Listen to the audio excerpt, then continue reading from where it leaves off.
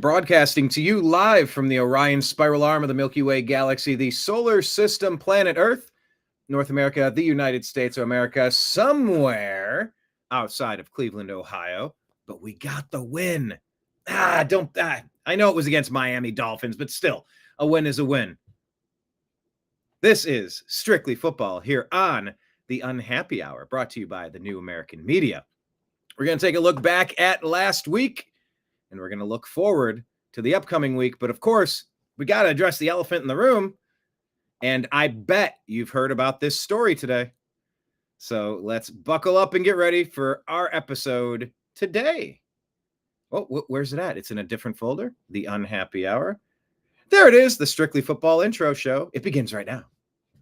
I'm Aaron Metcalf, and you're watching Unhappy Hour.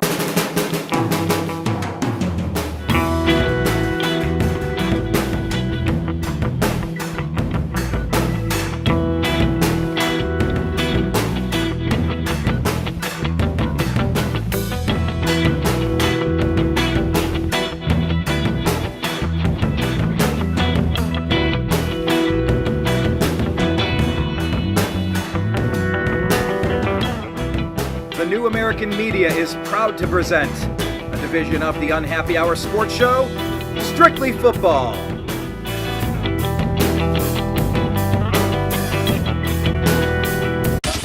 It's the Unhappy Hour. Thank you all for being here. I'm going to pour a little bit of my drink out, theoretically, hypothetically, figuratively, for our brother Ez'Ryel Robinson, who is under the weather, not feeling so great today. So we're going to roll 3 deep instead of 4, bringing in our first person, Michael Bara in Jigba. Welcome, sir. How you feeling? I'm feeling pretty good. Had a good day today. Stretching out a little bit, going to stretch lab, getting this whole body in shape, and ready to kick a little ass in the game picking department. Especially without Izzy here, who was kind of the dog on my tail. Yeah. By the way, Stretch Lab, I've heard about this. I go to a chiropractor once every 3 weeks, about once a month. How Stretch Lab is pretty good. How long is the session last? It's we can get 50 minutes, or I believe 20 minutes is the option. I really think ideally the 50 minutes on Friday and the 20 minutes on Tuesday or Wednesday would probably be a good thing. But that's a little expensive. It gets pretty pricey. But I had a good experience. I felt looser ever since. So, and tomorrow I go back for my second one. So we'll see how it goes. That's great. If you've never done the chiropractor, or if you haven't in a while, the thing that I've been doing, they put that thing around your head and they do the stretch like the accordion, the manual traction adjustment. Oh, it was like the first time I could breathe in 20 years. It went, and every one of these lifted apart. Yeah. Well, good to have you. I know you were traveling last week, and how that impacts all of us. Got a boost on the mectin and the C, the D, the zinc, and all that stuff. I told Izzy, he's like, "Yeah, I'm doing vitamin C." Said you gotta get zinc, you gotta get D, you gotta get the K, and you gotta get the ivermectin. Sorry, but you do. Yes, people like the mectin. People like any it. Virus that you have. Yeah, I guess I probably need to get a good source for that. So we'll talk after that. We don't have a sponsor for that, but maybe we could work on that. That'd be a good thing to have. Jim Mitchell in Jigba, how are you today, sir? Welcome back. I am good, sir. I am good. Now that we got these computer glitches fixed. So I know we had ghosts in both of our machines, it seems. You are usually someone who rocks a fun, fancy shirt. Who do you have on there today? Who do you got? I got Mr. Wolf. Ah. Okay, I don't know what that shirt means, but I think that's from Reservoir Dogs. Wait, or from Pulp Fiction. The Wolf? Affirmative. There we go. Excellent. Well, thank you all for being here. This is Strictly Football. Leave your comments on the side. Hit like, hit subscribe. Thank you all for joining us. I guess, gentlemen, elephant in the room. This is an NBA story, but we cover the gambling lines. We cover betting trends, and we'll get to our Jim Mitchell betting trends in a moment. You can find him on Mike's X feed. That's seahawkboymikeb and or Mike Bara 333 on X. And then, of course, find it at the Unhappy Hour and TNAM Football over for our side as well. Mike, let's start with you. What do you make of this massive I'm trying to remember all the numbers off the top of my head. Multiple months, multiple years, 11 different people, 10 different states. I'm losing track of all the ingredient mixtures here, but there's an ongoing problem with gambling in the NBA, but I suspect this goes to every league. And I think I tagged you earlier because we talk about the Chiefs net Yeah. 0 penalties. You look at the Chiefs compared to everyone else, and it's like, tell us about your thoughts on the NBA and then how it relates to the NFL in your mind. Well, it relates because all the sports have become completely corrupt. I mean, again, we'll go back to, and I will review this. I'll share with you in a sec. In fact, I'm gonna share the screen right now, so you can bring it up in a second. Okay. But let me go do that. But it's no surprise that NBA players are throwing games. And it's no surprise that games are rigged by the mob and by various, look, what do you expect to happen when you get in bed with the gambling sites? That's what the NFL's done. It's what, it's what the NBA has done. The NBA players are obviously corrupt.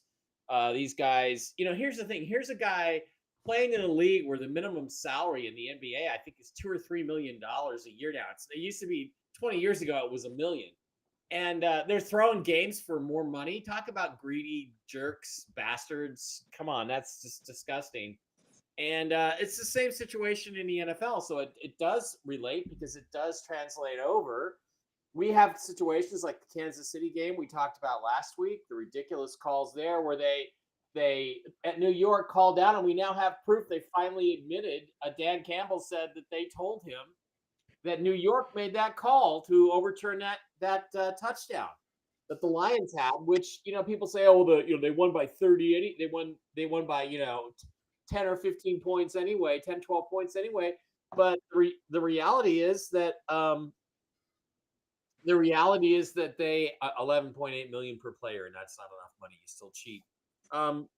The reality is that a call like that, which takes points away from another team, changes the momentum of the game. And then you had the Seahawks game on Monday night, where you had one of the most incredible calls I've ever seen in my life.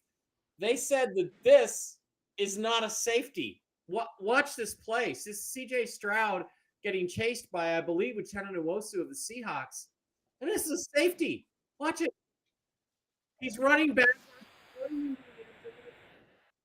Yeah, that knee goes right into the end zone. But the knee goes in, as does the ball. It's not down until right here. Where's the ball? That's 1,000% a safety. Yeah, that ball's way far, even deeper into the end zone. On top of it. Somebody from New York called in and took that 2 points off the board for the Seahawks, which ultimately did not affect the outcome of the game, but it did. It could have. Seriously could have affected the outcome of the game. They claimed forward progress. What forward progress? He was running backwards. Yeah, that was. He was running backwards. There is no way you can justify that call. And it's time we go past. They blew this call or they missed this call. They are intentionally calling games to affect the outcome on orders from league headquarters. And I think what's happened with the NBA is it's been exposed. Maybe this will lead to the complete corruption. We just had Roger Goodell today, once again, doubling down on Bad Bunny, a Mexican faggot, for the halftime show. Doesn't even speak English. For the halftime show of the most American game, the Super Bowl. Roger Goodell, please God, let him be involved in a whole bunch of corruption, because it's time to expose these people and send them to jail. Apologies for the language, but not really. Jim, take it away. There's a lot of, let me just say, there's a lot of reasons that professional games are thrown. And the addressing the elephant in the room, you can say, these guys are making millions of dollars, and I'm going to the NBA here. I'm not talking about the NFL right now. The one that was implicated was primarily, from what I saw on Fox today, was Terry Rozier. Oh yeah. And you can say these guys are making millions of dollars.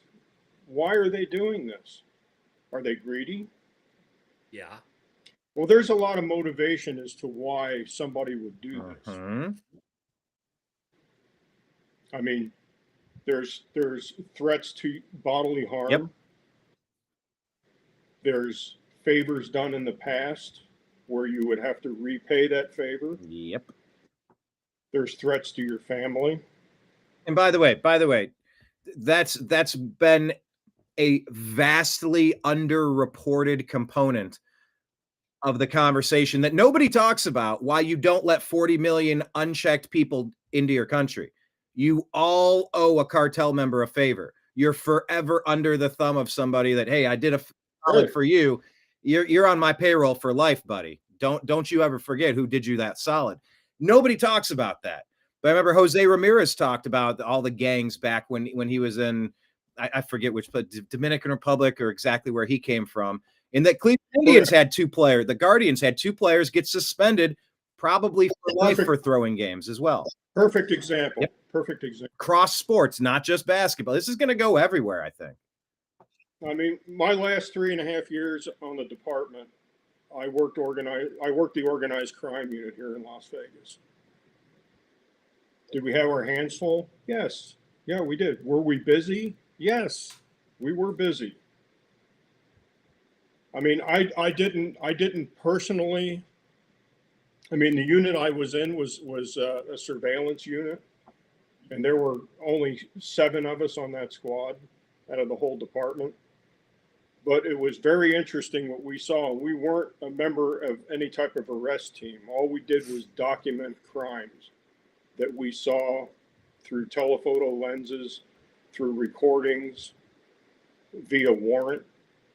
And we disseminated that information within the organized crime unit. But as far as actually hands-on arrests, I wasn't involved in that type of enforcement. But did the 7 of us see a lot? Yes, we did. Yes, we did. And those were just, it's like Don Ohlmeyer said, the answer to all your questions is money. Yeah. And it's not that these guys are making millions of dollars a year playing basketball or playing football or playing hockey. Somebody has them under their thumb. That's usually the answer. Yeah, and if you watch here that he wasn't even trying to hide it, Emmanuel Clase, I can't play you the clip, but it's just showing how many of his first pitch balls they weren't even remotely close, and that's what they ended up taking him out for, was that they were able to rig it that way. Terry Rozier, they're saying that they were able to find out that he was betting on himself to do the under, and then I have an ankle injury. After a few minutes, you just go down and you make sure that the under happens. And people were getting paid, and they're sending text messages to each other, and they're counting the money, the winnings at his house that day, according to some of the reports I'm reading. None of this is verified. It's day one. You have a 72-hour rule before you come to any hard conclusions on any story. 72 hours in, we're all just gathering data here. But I mean, it wasn't so much right. It wasn't so much a team total bet. It was a prop bet, right? An innocuous prop bet that he thought would not be caught. Yes. And Mike, that kind of goes back to the story you've talked about. How many times have you done the deep dives on the Chiefs that the Chiefs don't get called for a single penalty? The Patrick Mahomes, how many intentional or whatever unnecessary roughness, roughing the passer calls? And then in the game we're going to talk about in a minute, the Giants game, you had the referees basically do everything they could to get Jackson Dart and the Giants down to score a late touchdown to win the game, and they just got Bo Nix at the end. Nix made 2 or 3 great passes. Yeah.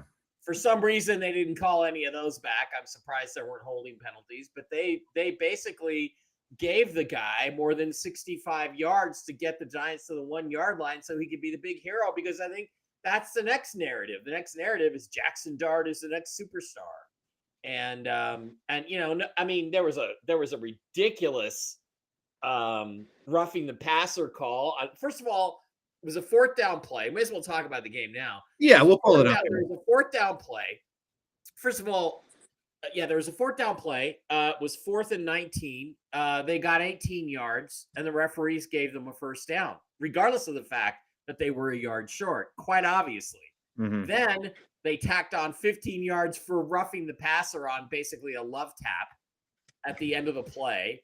And then they gave them a 45-yard pass interference call to the 1-yard line. So the Broncos come back, they take the lead, and then the Giants are just handed the ball on the 1-yard line. So, you know, I think one of the first things that has to happen, Dave Bara, my brother suggested this, it's because of the corruption of the officiating and because of the inconsistency and because of the inability of even the honest referees, if there are any, to get the calls right. It's time to make pass interference 15 yards and an automatic first down, and that's it.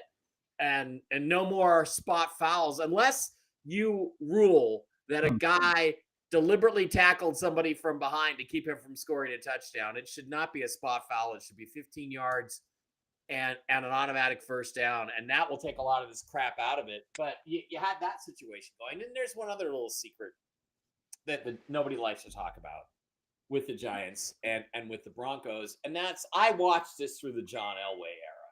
I watched the Denver Broncos get beat up and down the field at home for 3.5 quarters, at least a dozen times, if not 25 or 30 times.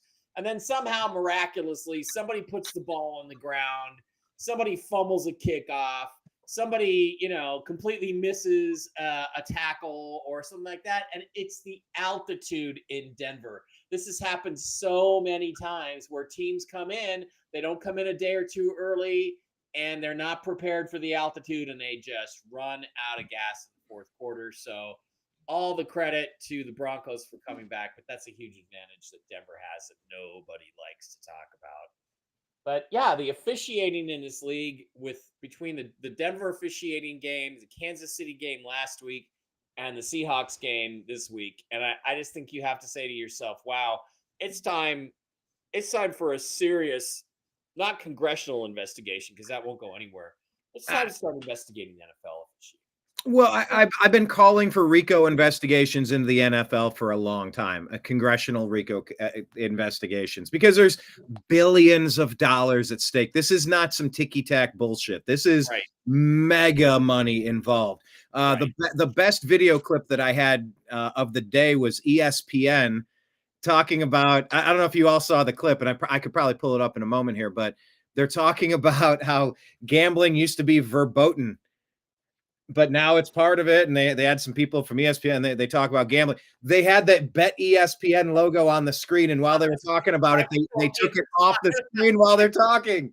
It is, you know, the cover up always gets you. It's one of those. But when you were talking about the Broncos, it was giving me flashbacks of Ernest Biner's fumble running into the end zone, and he gets the ball knocked out of nowhere. That was in Cleveland, though. Wasn't that in Cleveland? Those were both in Cleveland. And then I'm talking about the Broncos. Yes, at home, up and down the field for 3.5 quarters, and then in the last 5 minutes, snatching victory from the jaws of defeat because the other team starts just making idiotic mental and physical mistakes. It just had happened. Wasn't that the AFC Championship game, Brian? It was the Ernest Biner fumble. Back-to-back AFC Championship games, and I believe it was Rich Karras. He still missed that field goal they gave to them prior to replays, unfortunately. Otherwise, maybe Bernie Kosar and the Cleveland Browns' legacy is very different these days. Who knows? Jim, what did you make of this? This is such a strange game. Broncos score nothing all game and then they hang 33 on the Giants in the fourth quarter. 33 and a quarter. That's Herculean, almost unheard of. Yeah, this was a big number, though. This was a 7-point number, and throughout the whole game, it didn't look like the Broncos were going to come close, and they didn't cover the number. I mean, they were favored by 7. Mm-hmm. So, you know, there's two ways of looking at it. And one way is the points, and one way is the money line. If there were a lot of bets on this game on the money line, yeah, the Broncos went ahead and cashed because there's a lot of situations where you would put this game on a parlay knowing, and it's like Mike said, it's an altitude game, and players are just not acclimated to playing at 5,280 feet. And in order to get acclimated, you have to be there a couple of days. Well, even more than that. I mean, practice. Jim, I'll tell you, I worked in Denver for a brief period of time, and I remember just going up a flight of stairs, like one level flight of stairs. You're out of breath halfway through because there's just no oxygen there, and it's like, it's bad. So yeah. Yes. I went to a mining town. I think I told you this story. It's something Junction. It's not Grand Junction, but they were over 7,000 feet. And I remember we were on an extradition bringing back a suspect, and it was unbelievable. I mean, climbing steps, and I was running 15 miles a day at the time. Yeah, just the smallest thing. Yeah. And unbelievable. I mean, you're out of breath. Was that London Junction, Colorado?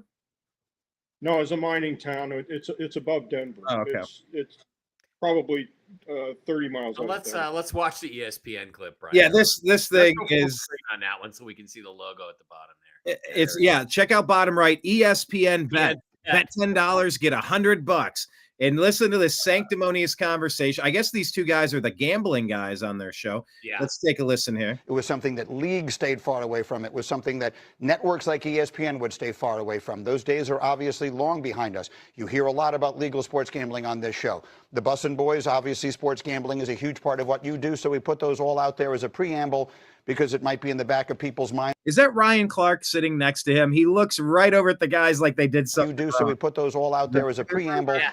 Because it might be in the back of people's minds, and we acknowledge that this is a different time and place. However, there is a fine. The logo's gone.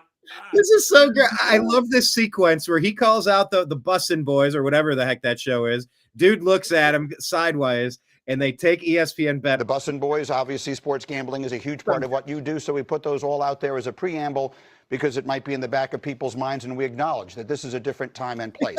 However, there is a fine line, not so fine. There is a bold line that obviously has to be drawn. Draw the line. It's, I made this point on the T-Dam Daily Show earlier, Mike.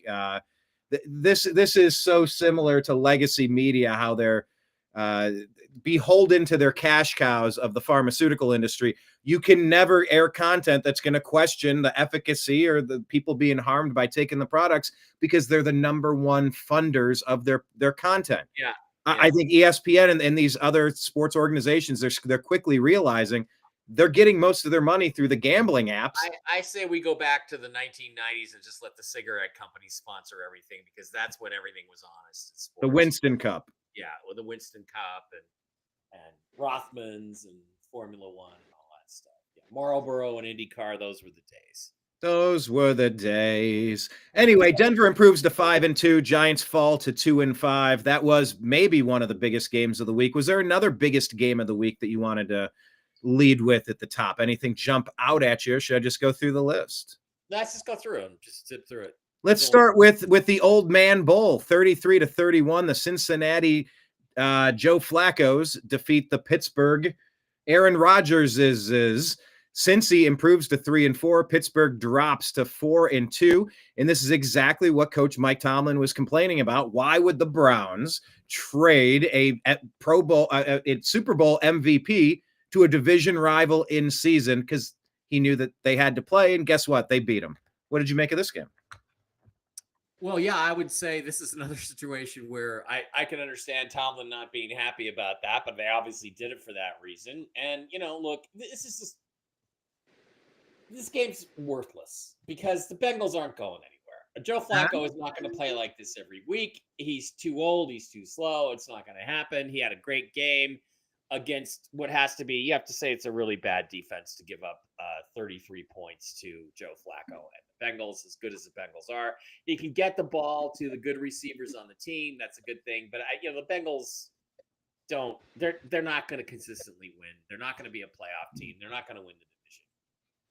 So to me, it's just a throwaway game. It's just that one game out of what 7 that you're just not. Yeah, if you're the Steelers, you're just not going to play well, and they just didn't.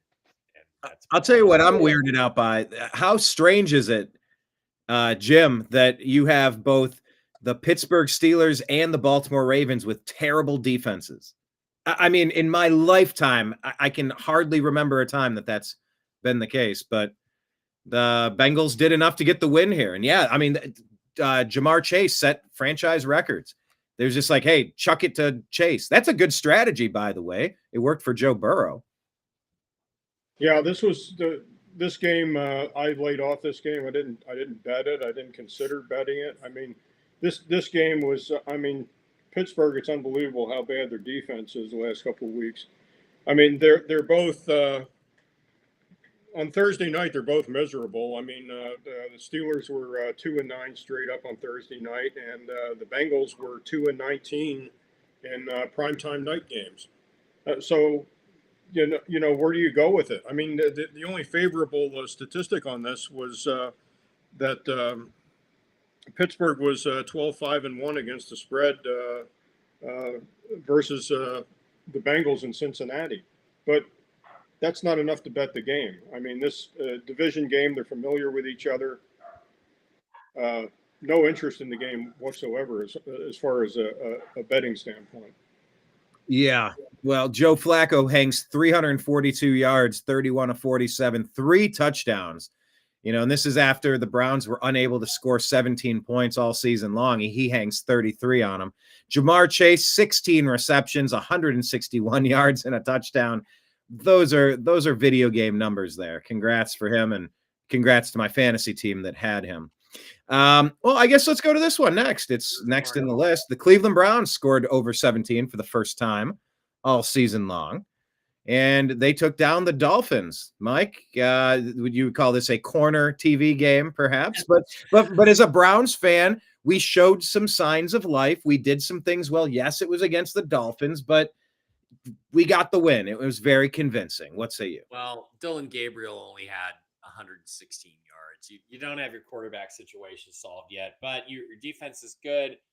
And my God, how bad are the Miami Dolphins? And how is Mike Daniel still a head coach in the NFL? It's unbelievable to me. I didn't see a lot of highlights in this game. Judkins, what's his name? Quinshon Judkins. He's a beast. Had a pretty good game, only 84 yards, but not a bad game. But it just like, you guys, you played at home, your defense carried you. That's the way you got to win football games. But the solution has yet to be found at the quarterback position. That's where your season and your future is going to lie. But good for you guys, you got to win. So I'll tell you what, they're doing something with Quinshon. They're calling it one group is calling it the Wild Dog offense instead of the Wildcat. And so they just snap it direct to Quinshon. He's the most talented playmaker on that team of the national champion Ohio State Buckeyes. He knows how to win. He knows how to find the end zone, 3 touchdowns. And so they're just direct snapping it to him on a bunch of plays. The Browns only had 206 total yards and they got 31 points. Obviously there was 1 pick six. I don't know. There was another one that set up a short field, but wow. Amber saying they did lose Hill, so that's probably the only reason that the Browns won. Yeah, I mean, look, you take away Tyreek Hill, it's not going to help your team, right, Jim? No. So maybe you're not surprised the Browns won, but are you maybe surprised we won by 25? You take away Tyreek Hill, your team personality will brighten up a little bit, but your game total is not going to change. Everybody, all the bettors that I follow were all over the Browns in this game. This was like their bet of the week, and it opened at 2.5 favor of the Browns, and it closed at 2.5. So there was an even amount of money on either side of this game. Tua was 2-12 straight up as a dog, and he is 10-22 against the spread as an underdog. This game was just screaming Cleveland. Mm-hmm. Plus, the weather wasn't supposed to be too favorable in this game. I didn't actually physically see the game. I don't know how the weather was. It was supposed to rain all game, but No, it was This fine. was, I didn't it notice was- any major weather, but It was wet, and it was supposed to be like up 40-mile-an-hour gusts, but I think it was only 20. It was not good, and it was wet, but it wasn't as bad and as windy as projected a few days before the game. So, could have been worse. But yeah, I mean, Miami's not really built for that. Cleveland, being in the AFC what are we at? The North now. Supposed to be built for that. But yeah, Dylan Gabriel, not much, 13 of 18 on the day, no mistakes. But he, over the past couple games, he has thrown a couple that could have been turnovers, but we've avoided it. Yeah, Quinshawn's legit, 3 touchdowns. The problem is we don't really have any wide receivers. And I think Jerry Jeudy's battling an injury issue moving forward. So we'll see how it goes. But Tua's 3 turnovers, I don't know if that's necessarily an indictment of Tua or the offensive line or their lack of playmakers or our number 1 ranked defense. It's probably a combination of all 3 things. But yeah, Amber saying, I'm a Browns fan here, not trying to talk smack. I swear, in this house, Northeast Ohio, Browns and Bills all day. It's just, we're sad in these parts. I know, but we're trying to bring the Browns back. We can Factory do of it. Sadness. I have some faith that we can turn things around. Maybe it's misguided. But anyway, Browns improved to 2-5 in a very winnable division. Only 2.5 games back. I don't think it's done yet. And I don't think the Steelers are a lock to win this thing. So we'll see how it shakes out. All right, let's move on to the Rams and Jaguars. Of course, I'm rooting for the Jaguars to lose, so the Browns get the higher draft pick, and they do. Jacksonville falls 35-7. My goodness, Mike. Matthew freaking Stafford. He's climbed probably above Baker Mayfield with this performance. 5 touchdowns, 0 screw-ups, and a lot of tight end action. What did you make of this one? He only had 182 yards passing. They only had like 270 yards total, and they put up 35 points. My God, how bad are the Jaguars?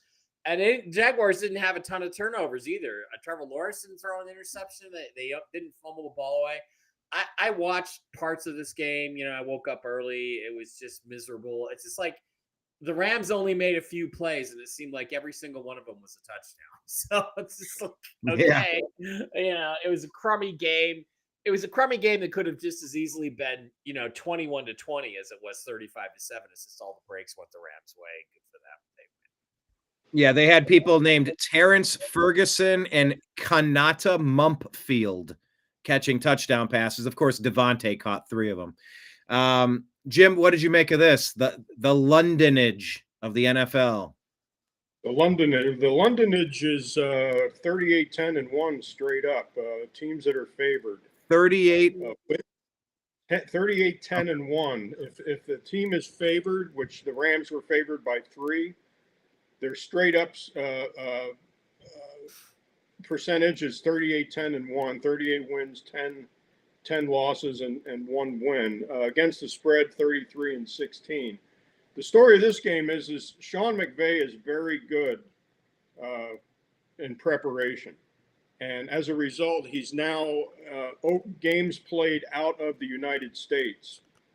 The last 3 games, Sean McVay is 3-0 in winning those games straight up.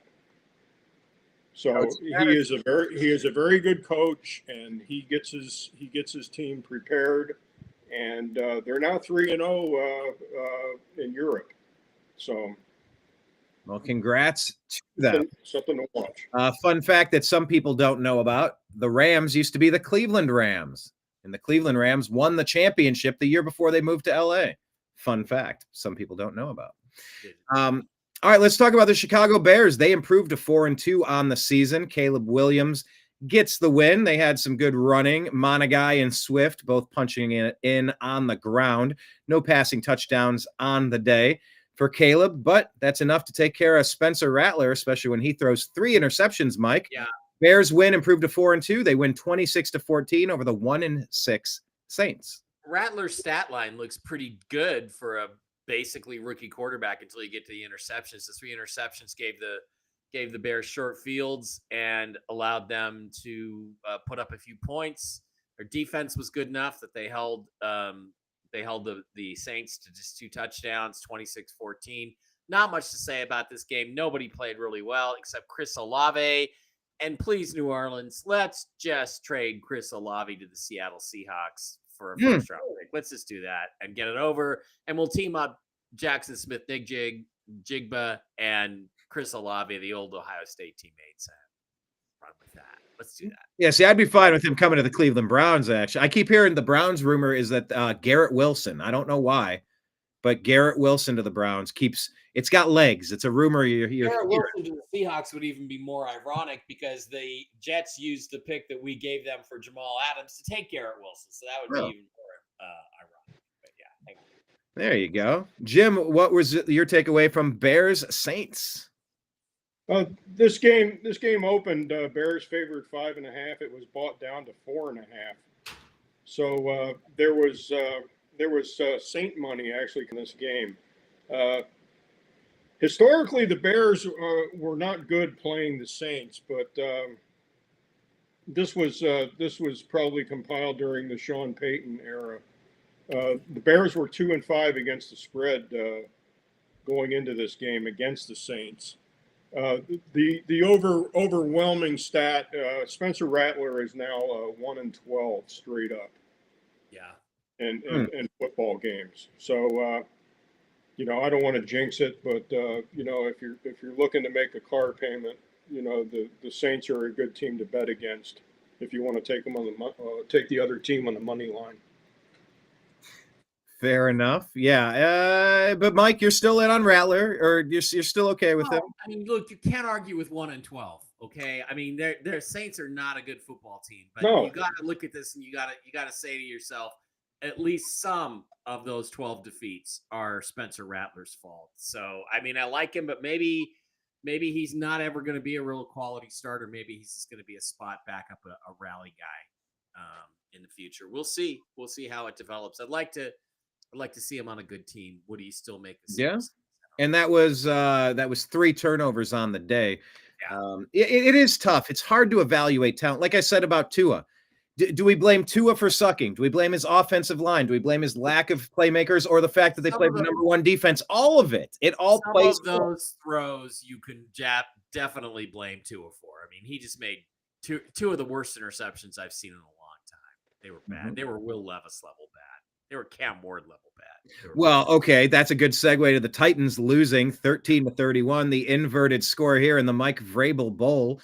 Tennessee Titans are close to the driver's seat at 1-6 for number 1 pick next year, fighting the Jets.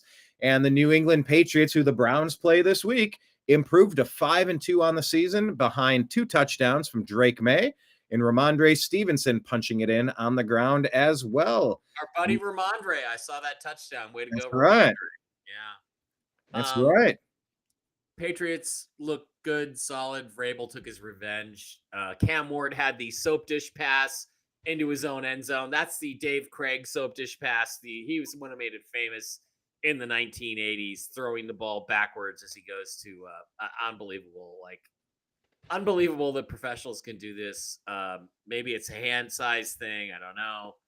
But Cam Ward sure did not look like an elite player in that particular game. With plays like that, I don't even know if that had to be considered a fumble. Yeah. So, I mean, it's a really bad football team.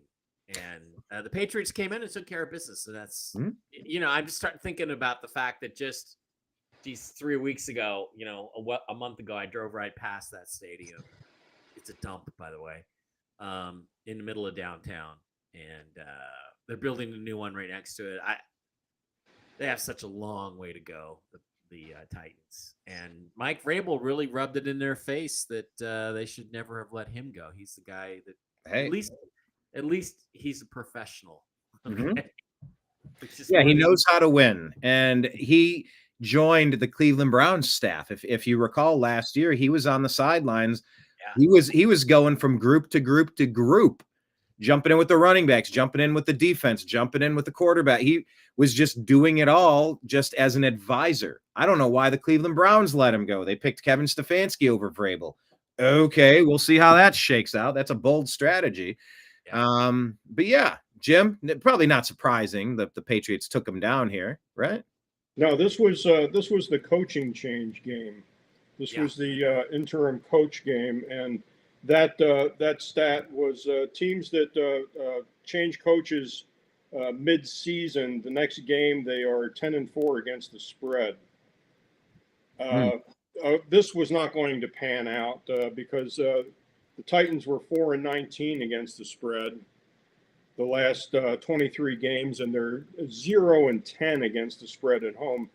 They're now 0-11 against the spread. The game opened beginning of the week. The Patriots were favored by 7, and it was bought down to 6.5, which means there was Titan money coming in on this game to buy it down 0.5 point.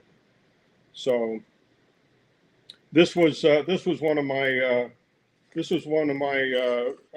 games on my 3-team parlay, and I did play the Patriots in this game.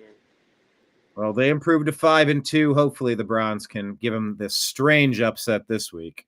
All right, Chiefs, Raiders. This one wasn't very close, Mike. 31-0. I mean, they bring back Rice, 2 touchdowns right off the bat. I mean, Rashi. How do you pronounce it, Mike? Rashi's good. Rashi.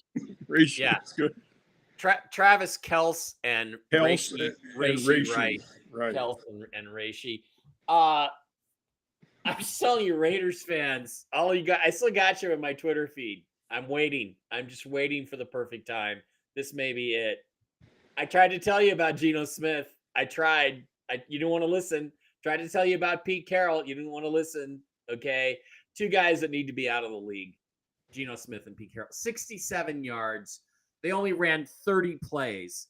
That's one of the fewest totals, if not the fewest total of offensive plays in NFL history. The Seahawks had a -7 total yards game in the 1980s with Jim Zorn as the quarterback against the Rams, where they lost 24-0. They ran 35 plays in that game. So this is one of the worst offensive performances ever.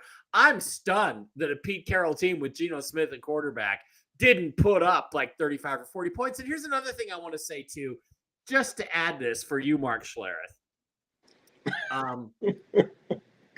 You guys got all over Russell Wilson for not scoring enough points against the Kansas City Chiefs. You know what? Kansas City has a good fucking defense. Maybe they're actually good. Maybe that's the problem. And the Giants don't really have much of an offense. Maybe that's the problem. Them are fighting words. Yeah, the Raiders are looking lost out there in the desert. That's for sure, Jim.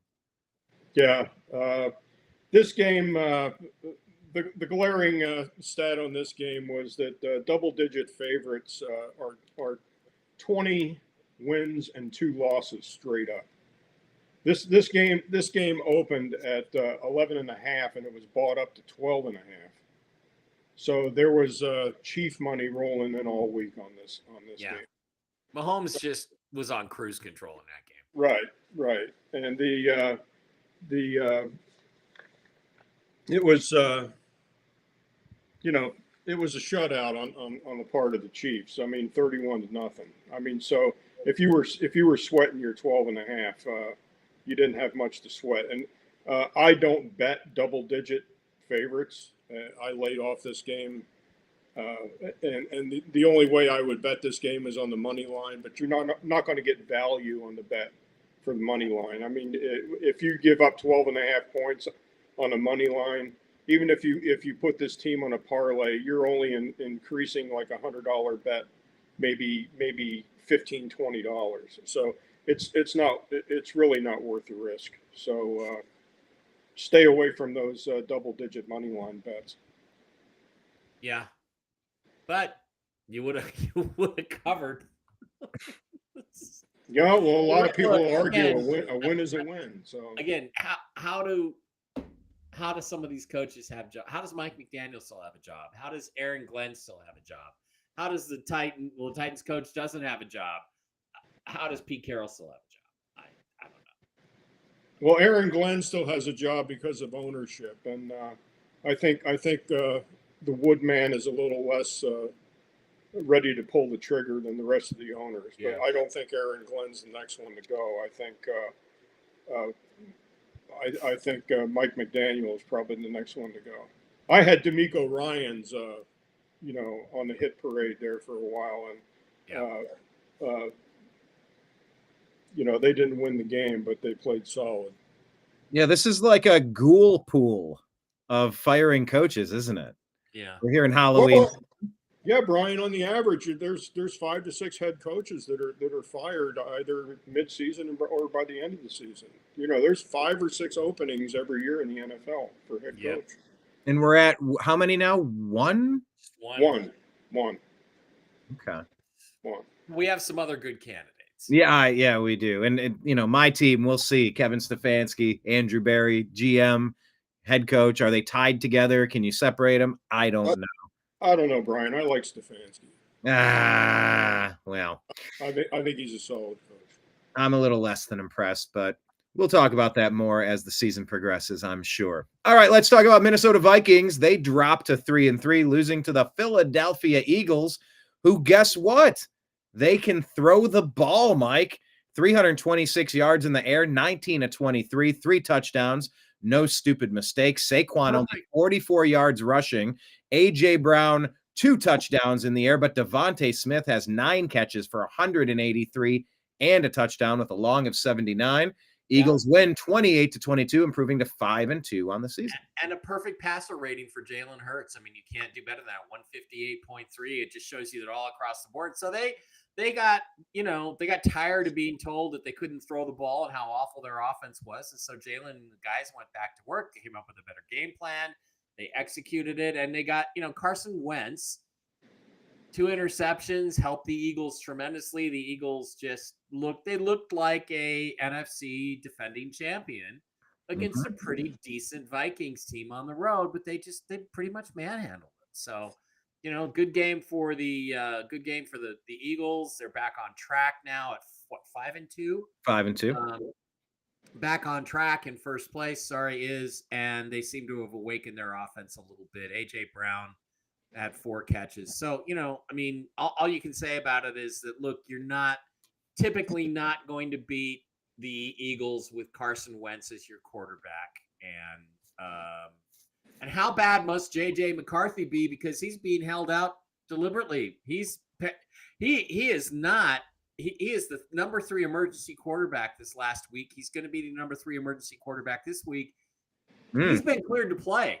And he must be so bad that they are saying we have a better chance to win with Carson Wentz than we do with J.J. McCarthy. Vikings fans, you should have signed Aaron Rodgers, Vikings, and you're back to looking for a quarterback next year. I guarantee you that. Wow, that's happening. Aaron Jones will be coming back tonight for the Vikings, by the way. So I plugged him into my fantasy league. You should have kept Sam Darnold, number 1, and number 2, you could have had Aaron Rodgers, and you went with J.J. McCarthy. Now what you got? You're 3-3 with enough talent to be a Super Bowl contender. That's what you are. Well, can you hire a Harbaugh to be the coach, and can you steal the signs of the other team? That's what helped that team up north. That's what helped him win. Don't start me with stealing signs. Don't start me with that. Hey, I'm a Buckeye fan. I had to live with that crap. It was the most asterisk championship, the most fake championship since the Houston asterisk. Oh, yeah, it should be taken away. It actually should be taken away. Should have been taken away. Given to Washington, by the way. It should be taken away. It should take it away, but oh well. Oh, well. Jim, Eagles get back on track, win by 6.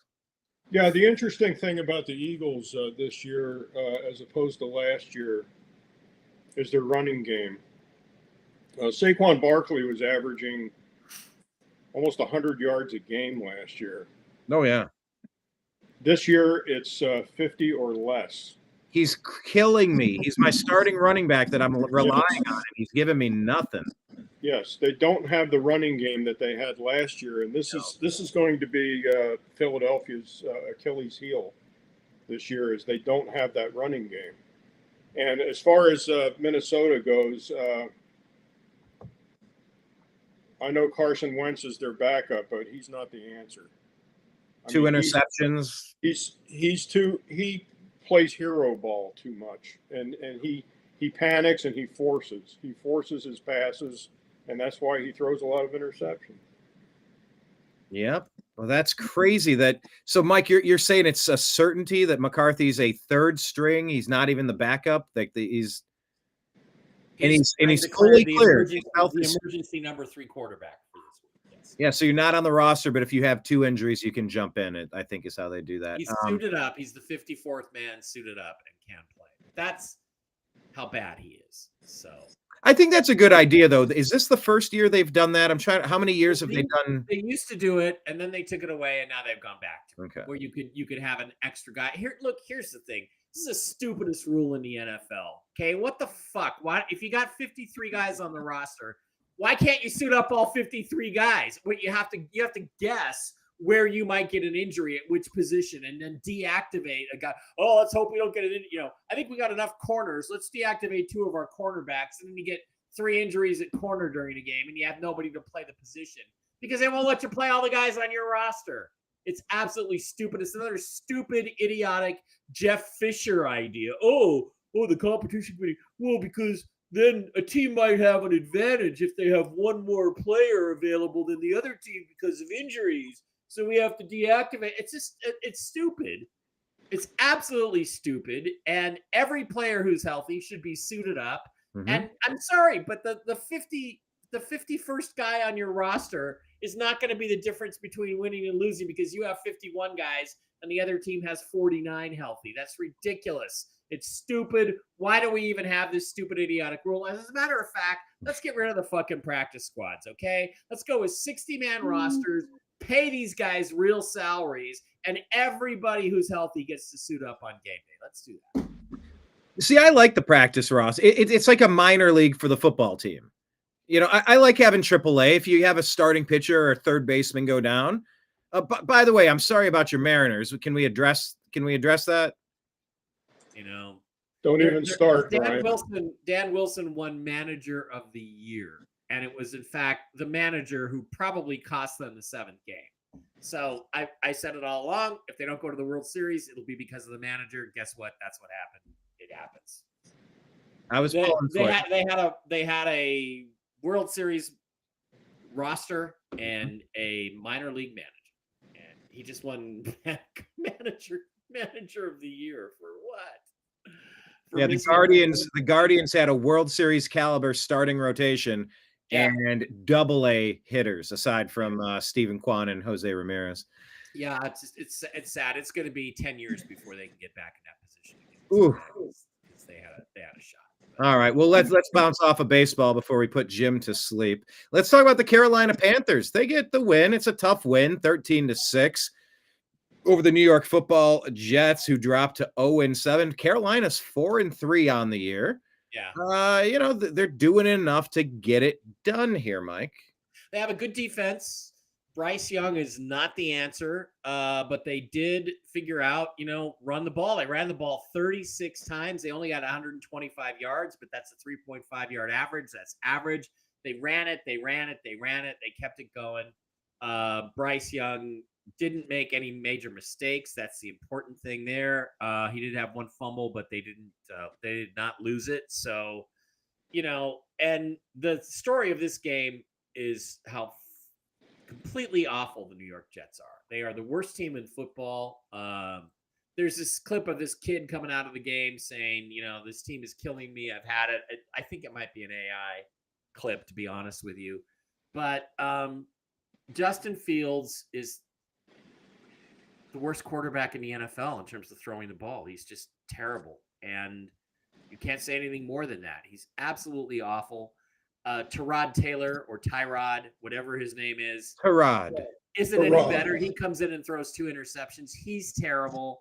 Look, there's 2 guys out there that might be able to help you win a game.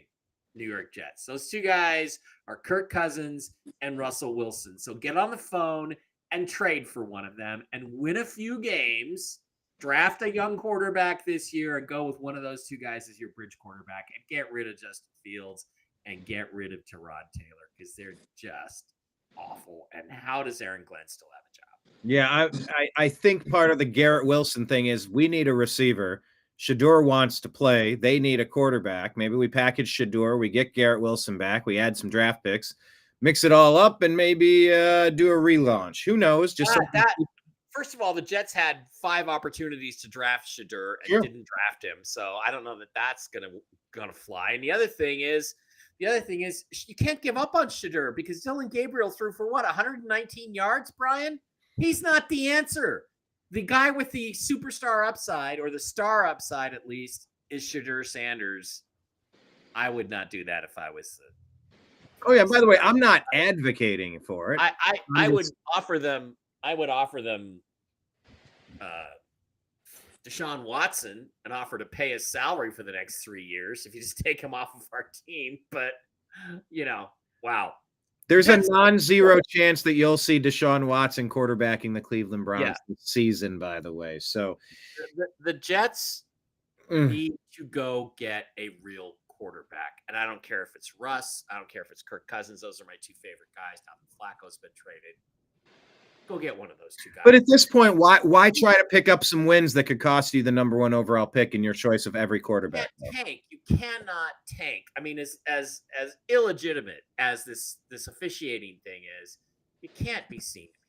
You can't. There's probably laws against that. So you can't do that. You got to try to win the game. You got to look like you're trying.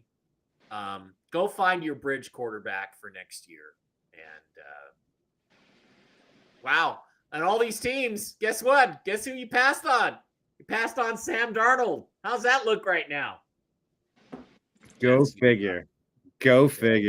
Well, I mean, look, Bryce Young was kind of left for dead, and maybe he's not the answer, but he's got you 4 wins on a 7-game season. It's not the worst, Jim. He's getting a couple of wins. They're somewhat respectable. They're deficient in some areas, but Dowdle's playing okay. McMillan's playing okay. What did you make of this game? Xavier Leggetti had a great game. He did. Yeah, this was the ultimate corner TV game. I mean, this game opened at 1.5 in favor of the Panthers.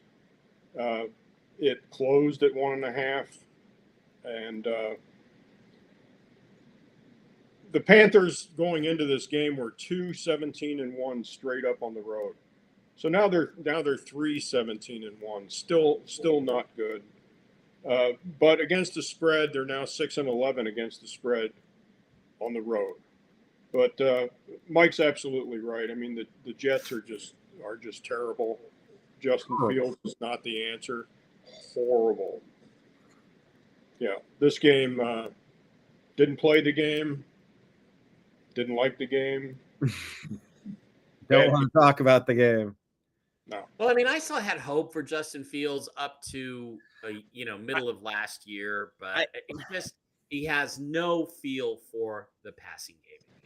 He did at Ohio State. He could air it out to those Ohio State receivers. I know he used to know how to throw it. I don't know how he's regressed, how he hasn't taken any steps forward. Yeah. Being on terrible teams probably doesn't help, but I saw him play very well at Ohio State. I'm surprised he has, but even CJ Stroud has regressed a little bit. So who knows? There's no reclamation there anymore for Justin Fields. He's had 3 opportunities. He's never got the job done. He did better in Chicago than he did anywhere else. It's just time to stop thinking of him as an NFL quarterback. He's a 2nd or 3rd string guy. And I think they signed him to a 2-year contract, if my memory serves me correctly. Good for them. All right, let's talk about the reclamation project of Daniel Jones, Indiana Jones. 2 touchdowns on the day, 288 yards in the air. Colts put up 38 points to defeat the Chargers, who fall to 4-3. Indianapolis improves to 6-1, the best record in the league. I guess it sort of missed me. I know every year we do like the celebration of the 72 Dolphins. They pop champagne when the team, there's nobody that can go undefeated. I just sort of missed that, I guess. Yeah. But the Colts are the closest. Well, I think most of them are dead now, Brian. Most of those guys are gone. So, there is some truth to that. Onaconnie's not around anymore, so he was, he's not going to be there to do that. So, all right, fair point. Well, you know who is around? Jonathan Taylor, 3 touchdowns on the day. He is definitely leading my fantasy team in my Yahoo league that I co-manage with my buddy Clint. He was the only running back available that we felt like taking at the 12th pick or the 10th pick, last of the first round. And he's turned into the league MVP so far, at least at running back position. What do you make of this here? The Los Angeles Chargers are kind of like the most inconsistent good team out there, and the Colts are just sneaky solid. I support Jonathan Taylor for league MVP. Again, he was on my radar and Dave Bara's radar when the Seahawks were picking late in the first round that year. I can't remember if it was 2018 or 2017, 2018. We wanted. He was taken in 2020 in round 2 as the 41st pick. 2020. But the Seahawks had taken, I think they had taken Rashawn, what's his name? I don't know. Another running back who wasn't as good. And he's fantastic. And he is the league MVP. Was it Penny? Rashad Penny? Rashad Penny. Yeah, correct. Rashad Penny. I think they'd taken him the year before.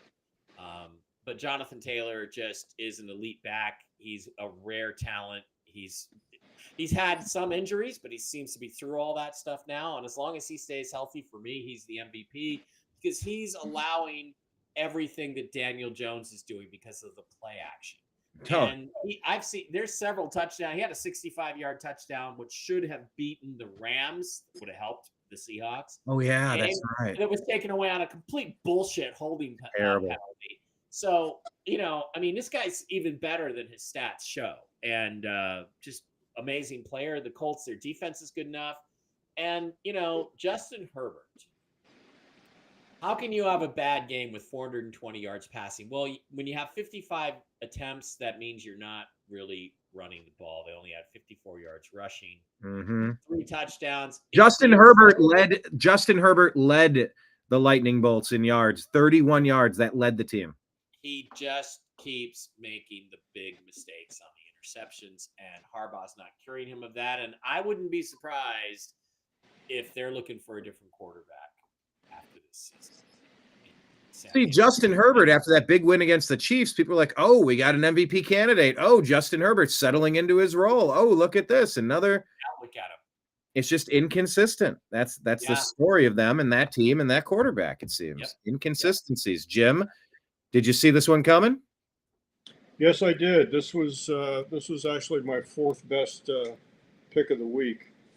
I did not have this on my parlay because I just made a 3-teamer, but the Colts are a good football team, and Justin Herbert's problem is he can't get protection. I think Joe Alt didn't play in this game. He's expected back this week, but the Chargers they opened at being a 1.5 point favorite, and they closed as a 1.5 point favorite. So the money was kind of even on both sides of this game. Chargers 4-8 straight up now against a team with a winning record. So that says a lot. I mean, that's a 2-1 deficit on the part of the Chargers. But it's funny, people have stopped talking about Jim Harbaugh the last couple of weeks. Yeah. People get very fickle, but that's what we do. We're only 7 games into the season. Every game means so much more when you're only 5, 6, 7 games into the season. It's a long season, 17 games now, and it balances, it calibrates. We were super high on Baker Mayfield. He had a tough game. We'll get to that in a moment, but it's too early to write people off. It's too early to crown anybody. What was that quote about crowning their ass? Not they are who we thought they were. Yeah. Dennis Green. There it is. You want to crown Dennis Green. their ass. Well, there were a lot of people who were burying the Dallas Cowboys earlier this season, but look, they doubled up the Commanders. Obviously, Jaden Daniels, this is going to be tricky. He's a very slight little guy back there. He's injured now. Mariota reining that team in, but Dallas hangs 44 on them. And of course, they had tons of injuries, but they still allowed 22 points here. Dak Prescott, 3 touchdowns on the day, no stupid mistakes. Javonte Williams, good on the ground for 116 and a touchdown. Mike, what did you take away from this one? Dak was really good, and the Cowboys were surprisingly, Commanders aren't very good. And whether they have Jaden Daniels or Marcus Mariota at quarterback, they're just not very good. And they're not as good as we thought they were. They are who we thought they were. They're not who we thought they were, to quote Dennis Green. And I'm kind of licking my chops at the Seahawks coming out of the bye week this week and playing the Commanders next week. I think it's on the road. That was a game I thought they would lose. Now I think they can win this game because I just don't think the Commanders are playing all that well. They got to do a big bounce back, and we'll see. We'll see what happens. But good for the Cowboys. Good, solid game. It was the Dak show. Is the way I looked at that game. The Dak show, Jim. Does that sum it up for you? This was one of the 3 games that I had listed as far as bounce back games. Teams that are respected in the NFL as good football teams, and they lose the previous week, tend to bounce back and cover the number. Eagles won and covered, Lions won and covered, Cowboys won and covered. Those are 3 teams that lost the previous week, and they came back and covered the number. This was my second favorite bet off the board. I went ahead and laid the 1.5 and took the Cowboys. They're just dominant against the Redskins. I mean, Prescott is 18-3 straight up against the NFC East. He's now 31-13 against the spread versus the NFC East, and the Cowboys are 28-1 at home. This game just screamed Dallas, and the number opened at 1.5 and it closed at 1.5. So there was even money on both sides of the of this game, equally on the Redskins and the Cowboys.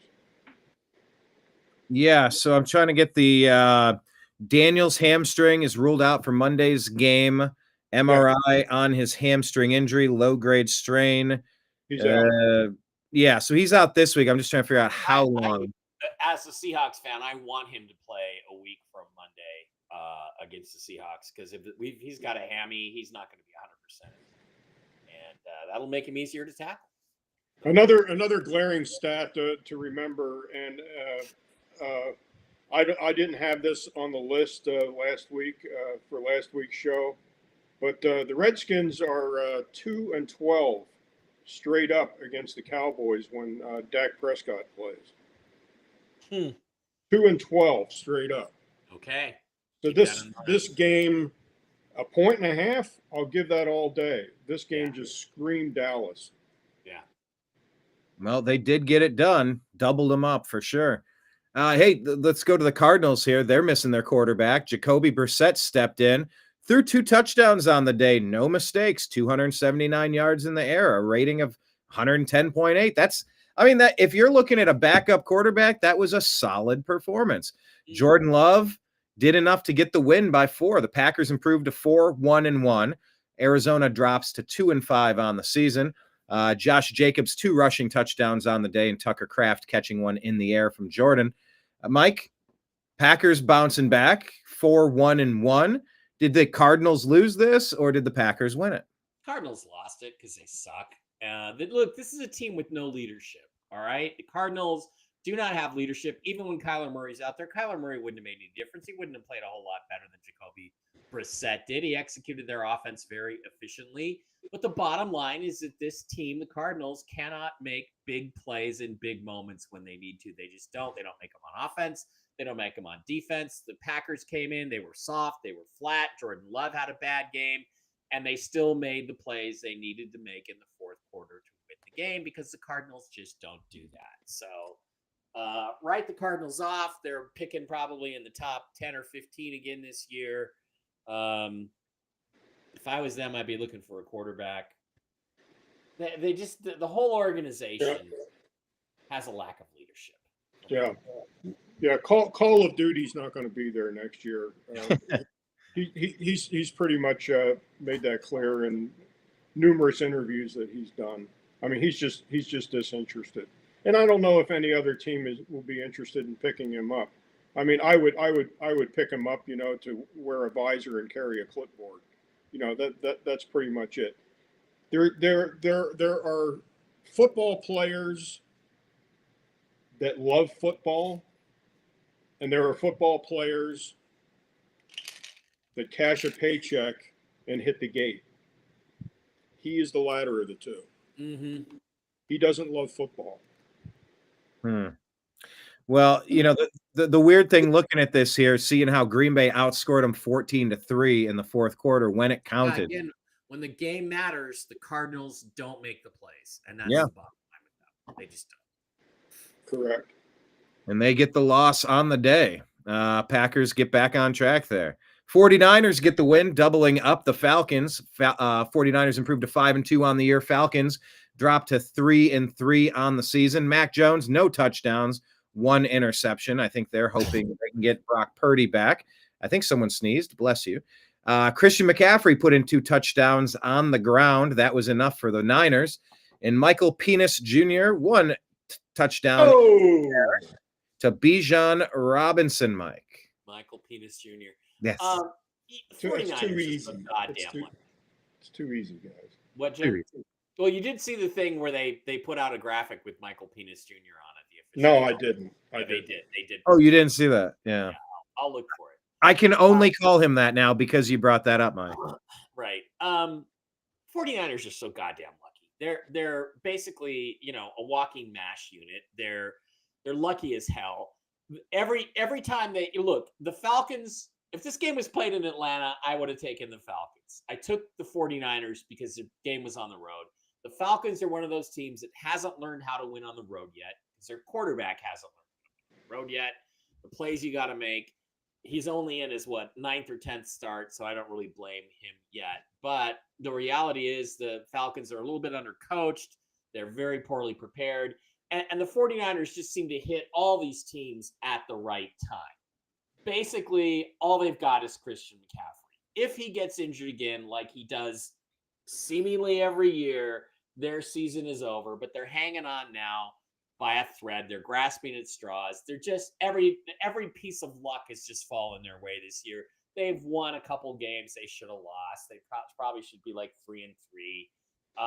Instead, they're 5-2. But it won't last. The bubble's going to burst. Something's going to happen with them. McCaffrey's going to get injured. He was their whole team this game. And they played the Falcons at home, and the Falcons are crap on the road. So it's just a whole combination of things. That's all I got to say about this game. Good for Christian McCaffrey is an amazing player. I'd love to have him. But you keep using him this much, it's not going to go well. And, I keep hearing about how great Robert Saleh is. What a great coach he is. Well, if he was a great coach, he would have done better with the Jets, first of all. He had Aaron Rodgers for a quarterback last year, and he couldn't win. They're just catching teams lucky at the right time. The Falcons just aren't very good on the road, and that's what happened. Jim?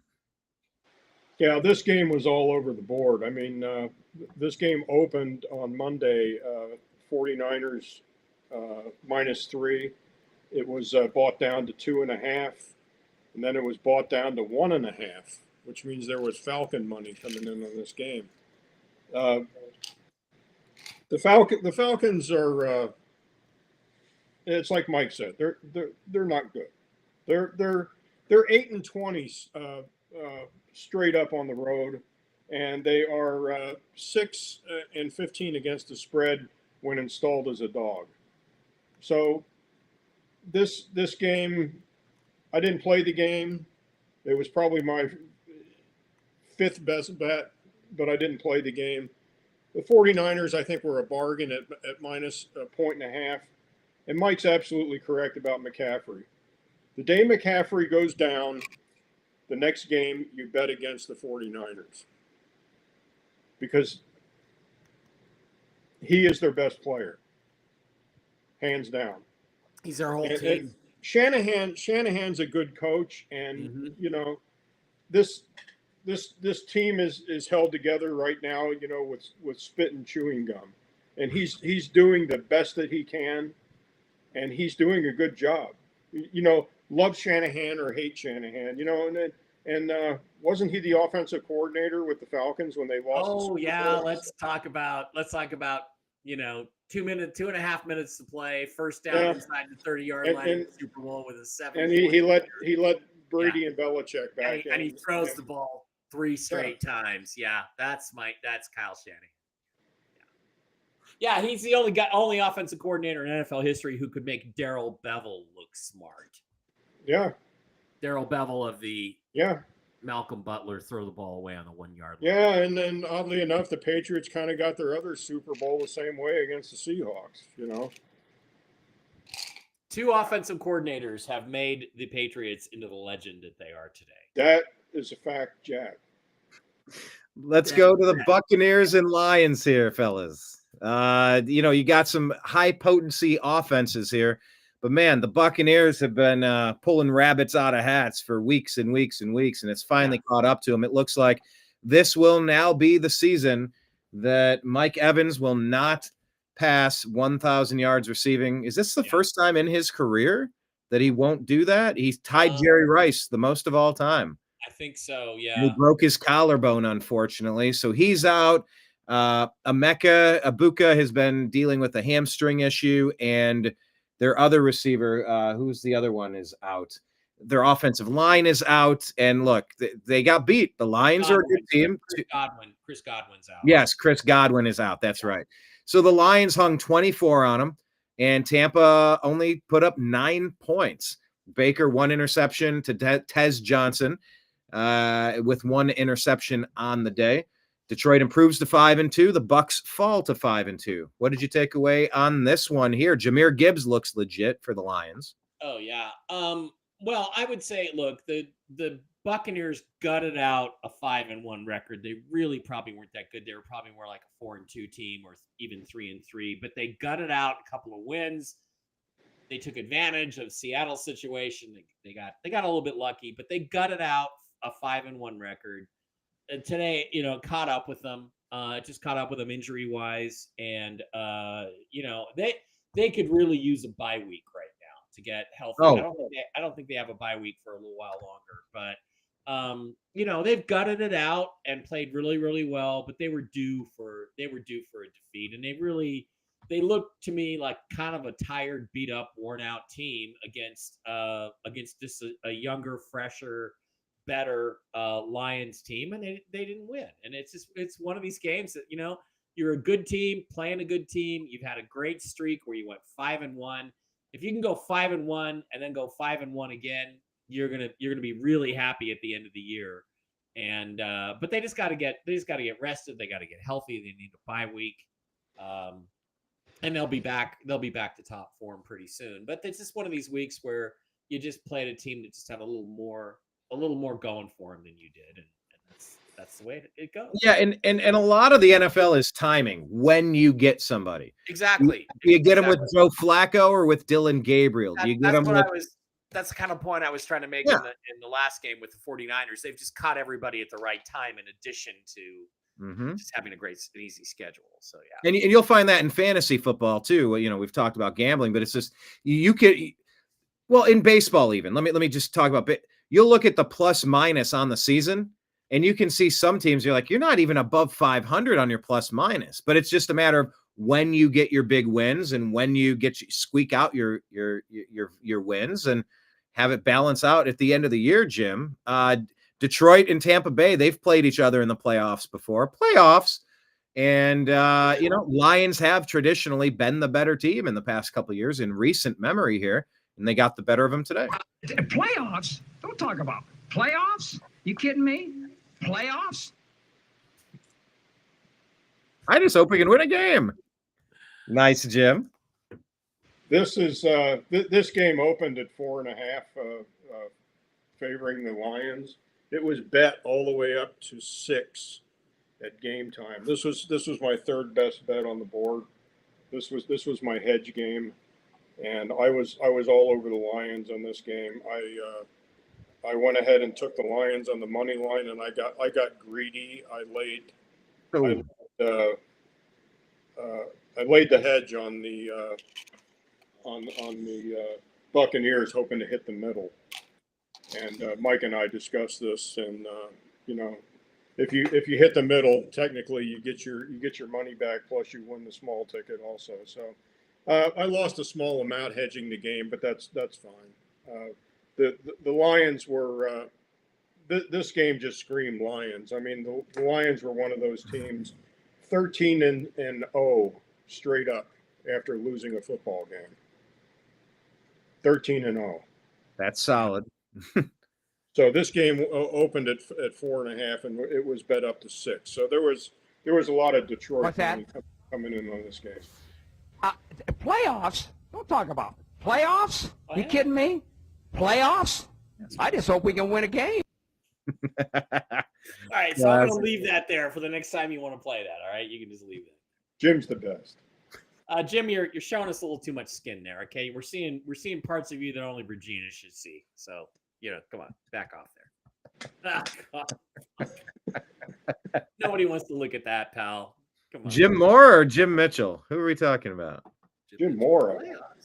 Playoffs. Belly buttons. Talk about belly buttons. I just hope we can get through the show. All right, let's jump to your favorite team, the Seattle Seahawks. You got the win. You won by 8, 27-19 over the Texas CJ Strouds. You got it done. The Houston Texans. we got it done, but again, this is a very frustrating game.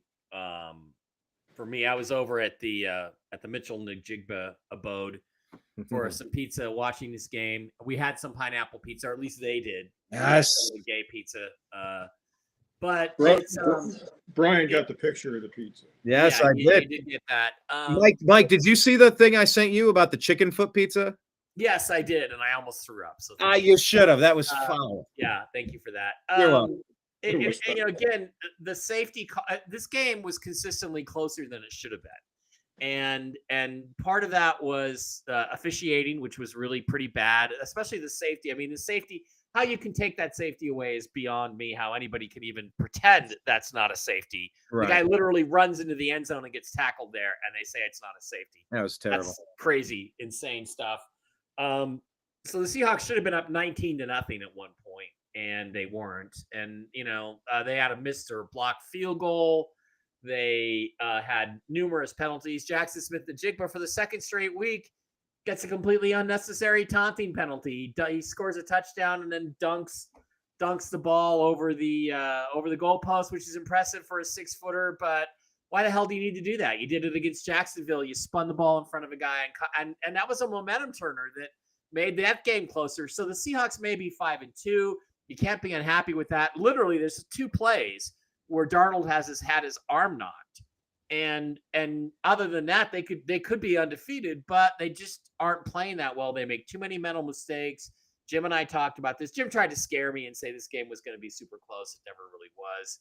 But they have issues. They keep playing the wrong running back. They're giving Zach Charbonnet 12 touches. He should have 1 or 2, and only if Walker is hurt. I don't know why he's out there. Yeah, Ken Walker leaves yards on the field, but he's a much better back. They've got to develop a consistent number 2 receiver on this team because it's all JSN. It's all Jackson Smith-Njigba over and over and over again. And he's been fantastic. He's one of the top 5 receivers in the league right now. You can make an argument he's the best receiver in the league right now, the way he's playing. He's making Sam Darnold look good. But if they lose him, it's like Christian McCaffrey. Seahawks lose Njigba, their offense goes into the toilet. And that's an issue. They're starting to get a little bit healthier in the secondary. But the other comment on this game is, my God, what has happened to CJ Stroud? He looks lost out there. And I think they need a completely new coaching staff. He has the talent. He's played extremely well. They just for some reason are not getting the most out of him. And he got, what do they have? 229 yards passing or something, 279, 229. That's just not enough when you have a guy like CJ Stroud. And granted, they don't have the best receivers, but that's a team that the Texans do not look like they know what direction they want to go in or how to get there. Yeah, they fall to 2-4 on the year. Kenneth Walker, Charbonnet, that's killing me in fantasy football. I'm telling you what. I just miss the days where you had a bell cow running back. You'd give it to Emmitt Smith 30 times a game. You knew what you were getting. They do little things wrong. Like Zach Charbonnet is simply not fast enough to run outside the tackles. He's just not. He's not going to beat anybody to the corner. I'm not sure he could beat me to the corner. He could probably beat me, but I'm old.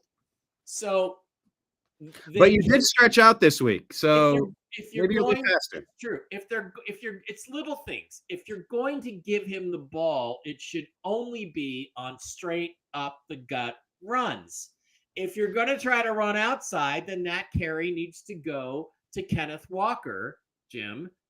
And again, and they're not doing that. So again, it's all these little things that you notice about your team that are disturbing. So I'm happy to be 5-2, but there's a lot of room for improvement on the coaching side of things, I think, Jim, what say you on this one? Yeah, this game opened at 3.5. There was a Texan money coming in on this game. It was bet down to 3. The glaring number of this game is the Seahawks are very good on Monday Night Football. They are 32 and 13 straight up on Monday Night Football. So they like playing Monday Night Football, and yeah, I mean Mike's right. I mean you can't spend the whole game giving the ball to Charbonnet. You can't depend on him. Charbonnet. Yeah, was this the game where the Jigba made the dunk over the goalpost? Yeah, he dunked over the goalpost, and then so that's 2 weeks in a row he's had a 15-yard penalty.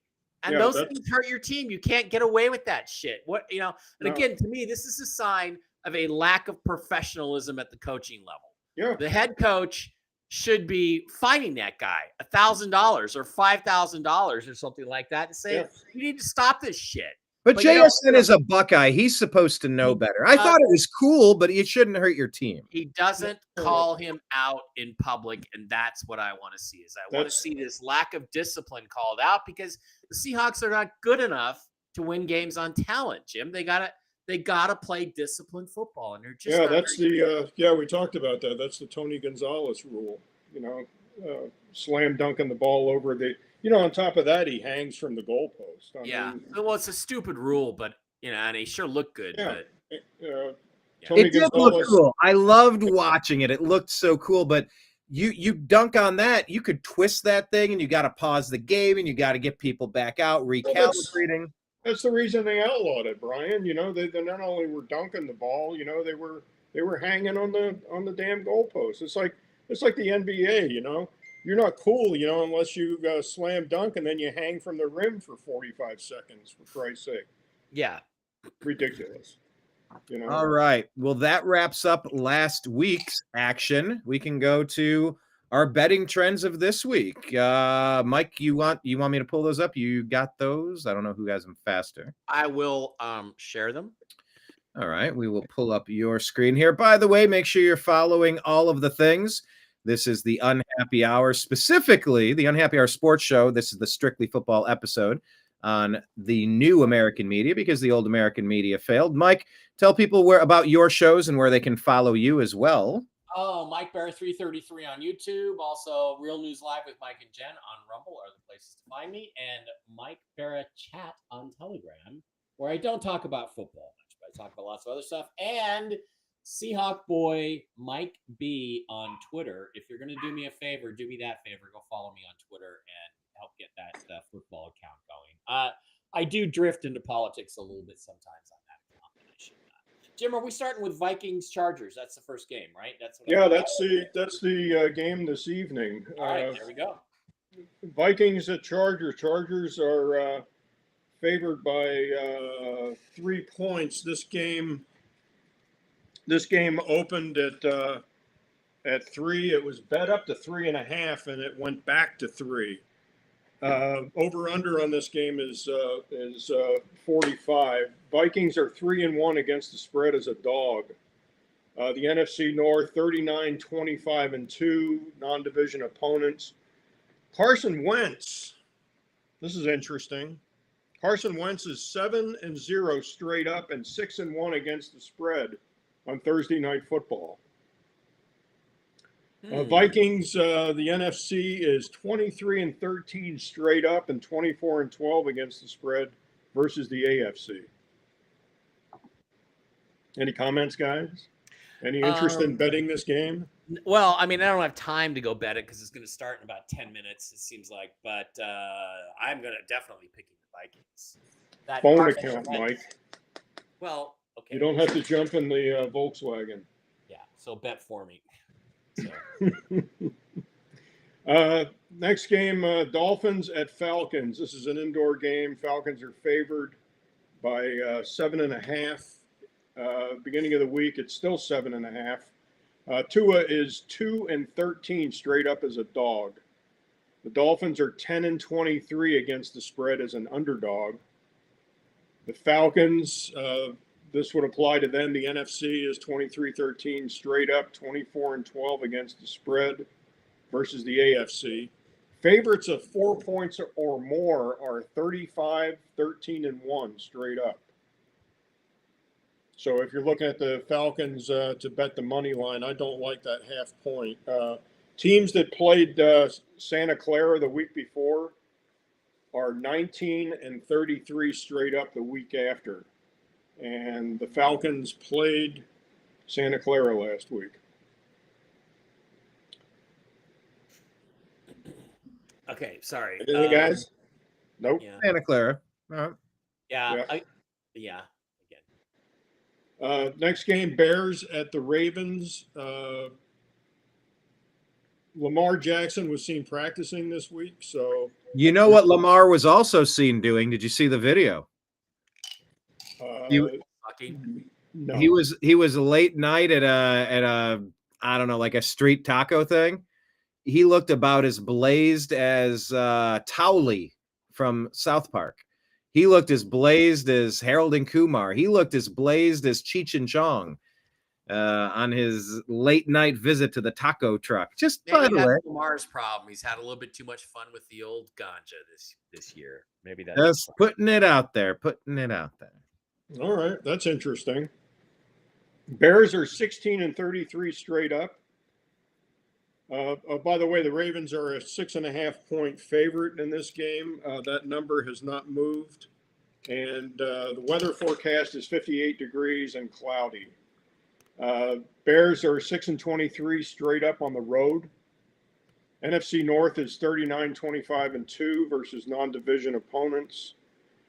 And the NFC is 23-13 straight up, 24-12 against the spread versus the AFC. The Ravens are 1-5 against the spread this year. Lamar Jackson is 25-11 straight up. The Ravens are 95-31 straight up at home as a favorite. Lamar is 23-27 against the spread as a home favorite. The Ravens are 14-3 straight up after a week off. So this was one of the teams that had the week off last year. Yeah, last week. Yeah. Lamar is 8-11 as a favorite of 7 points or more. So if this game goes from 6.5 to 7, you'd want to take a look at that. Jackson is 24-3 straight up versus the NFC. Favorites of 4 points or more are 35-13-1. I'm not interested in playing this game at all, especially based on what you just told me, Brian, about Mr. Jackson. I'm sorry, Mr. Jackson. Who I am for real. Just as a side note, this week, teams that have the week off, the Cardinals, the Lions, the Jaguars, the Rams, the Raiders, and the Seahawks. 6 teams have the week off. So there's only 13 games this week. Oh, by the way, you were asking, Mike, you brought up about the bye week, about the Buccaneers. They could use one. Week 9, they get their bye week. So week 9 for the Bucs, trying to get healthy. It's been an uphill battle this year. Next week. Yeah, next week. Next game, Buffalo at the Panthers. Forecast is 64 degrees and cloudy. Bills are favored by 7.5 in this game. They are 20-7 straight up after a loss. The Bills are 14-12 against the spread. They are 8-0 straight up after a week off. Pretty strong number. 8-0, can't beat it. Oh, Bills are 9-3 straight up versus the NFC. Favorites of 4 points or more are 35-13-1. And the NFC is 23-13 straight up, 24-12 against the spread versus the AFC. I would don't like the 7.5 here. I would, if you were going to play this game, I would put the Bills on the money line in this game. But seeing how they played 2 weeks ago in Atlanta, I'm not real excited about betting Buffalo, even though they're 8-0 straight up after a week off. Yeah, they've been a little inconsistent too. We're talking about the Chargers. Bills are sort of in that category as well, and the Ravens just stink. It's kind of weird. I know every year we look at our schedule and go, well, it's going to be tough. That's an easy win. That's going to be a tough. Yeah, we're probably going to lose that game. It's like you never know how a team's going to perform, how the injuries are going to be. You never know who the good teams are and who the bad teams are, right? Yeah, so I never overdo it looking at the schedule in advance because it's like you don't know who you're going to get. But the Bills look mortal. I thought they were a lock to maybe go to the AFC Championship game. Maybe, maybe not. So who knows? Yeah. Next game is New Jersey Jets at the Bengals. Bengals are a 6.5 point favorite. They opened at 6.5 and it's pretty much stayed there. Corner TV game, 59 degrees at game time and cloudy. Jets 15-29 against the spread on the road. Favorites of 4 points or more, 35-13-1 straight up. That's about all the stats I have on this game. It's pretty obscure. I mean, a lot of my stats went away because Joe Burrow being injured. A lot of these statistics, as far as Cincinnati goes, pretty much surrounded the way Joe Burrow was playing. So you take him out of the mix and everything changes. But Joe Flacco's, he's a player, and Chase is a catcher. So we'll see. Yeah, and the thing about the Bengals, they were actually able to run the ball again for the first time in a while. They weren't running it for several weeks in a row, so that changed too. Yeah, I was going to say because of the results last week, the Bengals may be a little overvalued in this game, but look at who they're playing. It's the Jets. So 6.5 looks like a correct number. Right. Next game, 49ers at the Texans. Texans opened as a 1.5 point favorite. They are still a 1.5 point favorite. I really don't understand this point spread. 49ers are 1-4 against the spread as a road dog. That may be the reason that the wise guys made the Texans a favorite in this game. The 49ers are 5-2 straight up versus losing teams. Mac Jones playing for Santa Clara has been only 3-3 against the spread. 49ers NFC 23-13 straight up, 24-12 against the spread versus the AFC. The Texans are 7-4 straight up at home, but the Texans are 0-4 straight up and against the spread versus winning football teams. So you can take the 49ers 1-4 against the spread as a road dog and the Texans 0-4 straight up. They kind of cancel each other out.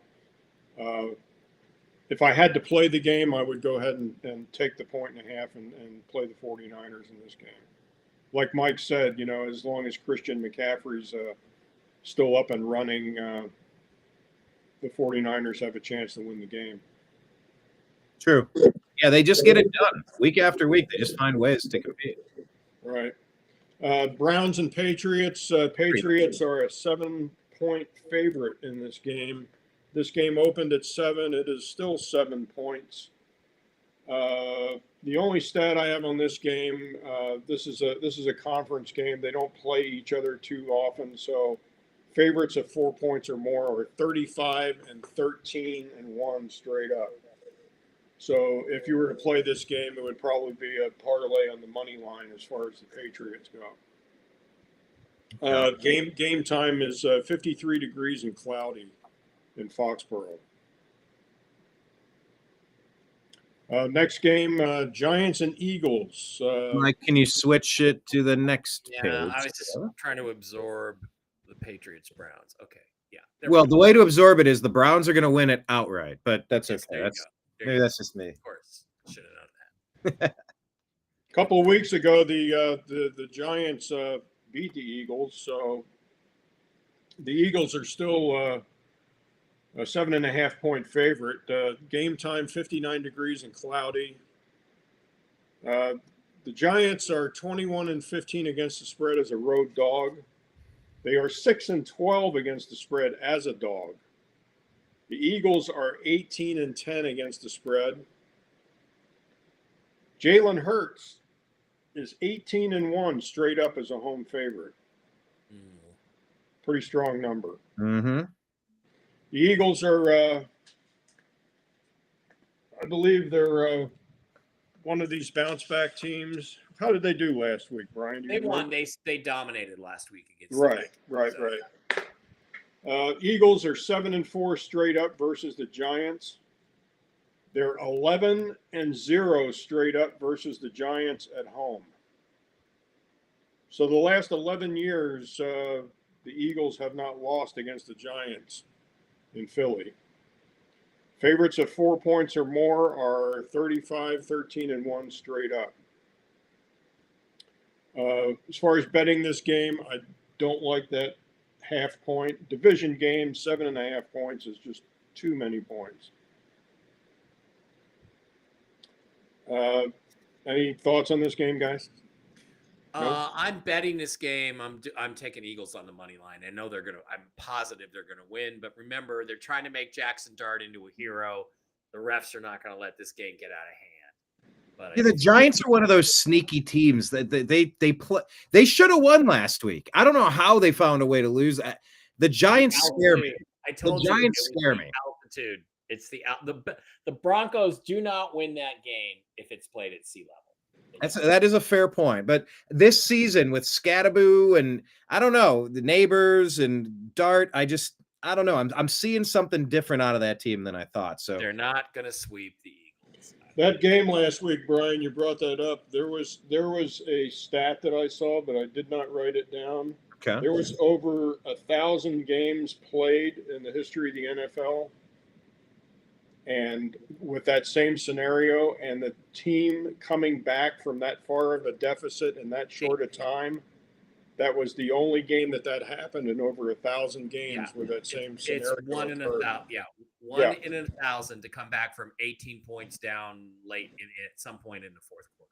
So you're telling me there's a chance. So you were either cashing your ticket or some fool sat there and tore his ticket up a couple of minutes before the end of the game. Buccaneers, they were a 4.5 point favorite at the Saints. This is a division game. This game opened at 4.5. It is still 4.5. The over/under is 46.5. So they expect this to be a high scoring game. Buccaneers 16-5 against the spread on the road. They are 3-1 straight up versus the Saints in New Orleans. Again, favorites of 4 points or more, 35-13-1 straight up. The Saints are 3-12 straight up versus playoff teams.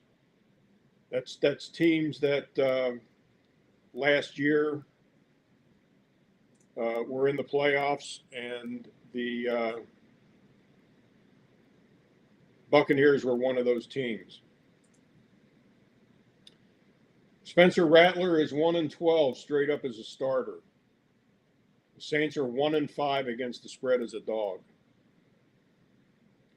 With the Buccaneers losing the game last week, I know they played the Lions, and they are going to be a little beat up. But I look for the Buccaneers to cover this number, the 4.5. Cowboys and Broncos. Go ahead, Brian. I was just saying I do too. I expect that as well. Cowboys and Broncos. Broncos are favored by 3.5. This game opened at 3.5. It's still 3.5. 71 degrees at game time, partly cloudy. At Denver, of course. Denver. Cowboys are 3-0 against the spread as a dog this year. Cowboys are 5-17-1 straight up as a dog. The NFC is 23-13 straight up and 24-12 against the spread versus the AFC. The Broncos are only 2-5 against the spread in 2025. They are 19-27 overall against the spread, and they are 10-3 against the spread as a favorite. Bo Nix is 7-2 against the spread as a home favorite. Okay. Next game, Titans at Colts. This is a division game. A lot of points in this game. This game opened at 14.5. It is still 14.5. The Titans are 11-10-1 against the spread on the road after a loss, so that's kind of 50-50. The Titans are 4-20 against the spread overall. The Colts are 2-3 straight up versus the Titans in Indianapolis, but they are 5-0 straight up versus the Titans. 14.5 points. 14.5. Okay. 14.5. You avoid the big ones. You're not touching this one. No, I'm not touching the points nor the money line, because you're not going to get any value betting the money line on this game. Yeah. The Colts are 5-0 against the spread versus the AFC. Favorites of 4 points or more, 35-13. Double-digit favorites are 11-10 against the spread, but they are 21-2 straight up as a double-digit favorite. Next game, Packers and Steelers. This is the Sunday night game. 56 degrees and cloudy in Pittsburgh. Packers are a 3-point favorite. They opened at 3. They are still 3. NFC 39-25 against the spread versus non-division opponents. The NFC is 23-13 straight up and 24-12 against the spread versus the AFC. The Steelers are 21-8-3 straight up as a home dog, and they are 9-2-2 against the spread when getting 3 or more points at home. And Jim, I have a question. What's Aaron Rodgers' record against teams that cut or traded him? 2-0, undefeated. Interesting, 2-0 undefeated. Yeah, I like Steelers getting the points in this game. I think the Packers are overvalued. I mean, they played the Cardinals last week. They eked out a win, but they didn't cover that number. They were favored by 6.5 in Phoenix. So I think the Packers are a good football team. I don't think they're a great football team, and I don't think they should be laying 3 points at Pittsburgh. Wait a minute. Steelers are +3 at home. They're getting 3 points at home. Correct. I'm playing that fucking game. Okay, excuse me. Sorry. Okay. Yeah, that's a good hedge game, Mike. If you got a parlay, That's going to be my hedge game. I think Mike's Tourette's just jumped out. Ah!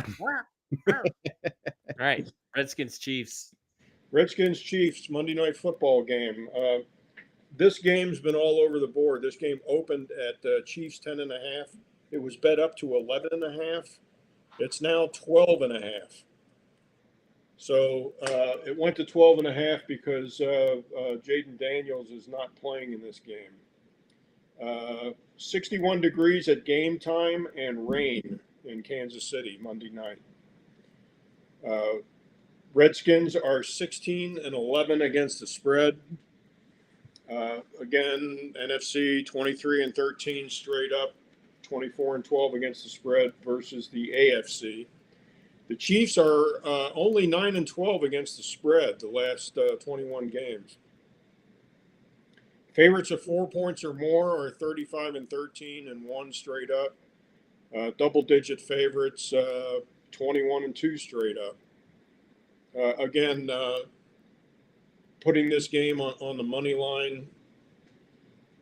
This would be not a bad game to hedge for this reason. And if you took the Chiefs on the money line on a 3 or 4 or 5, even 5-team parlay, and your other first 4 teams came in and you're depending on this game, it would behoove you to go ahead and take the Redskins and the 12.5.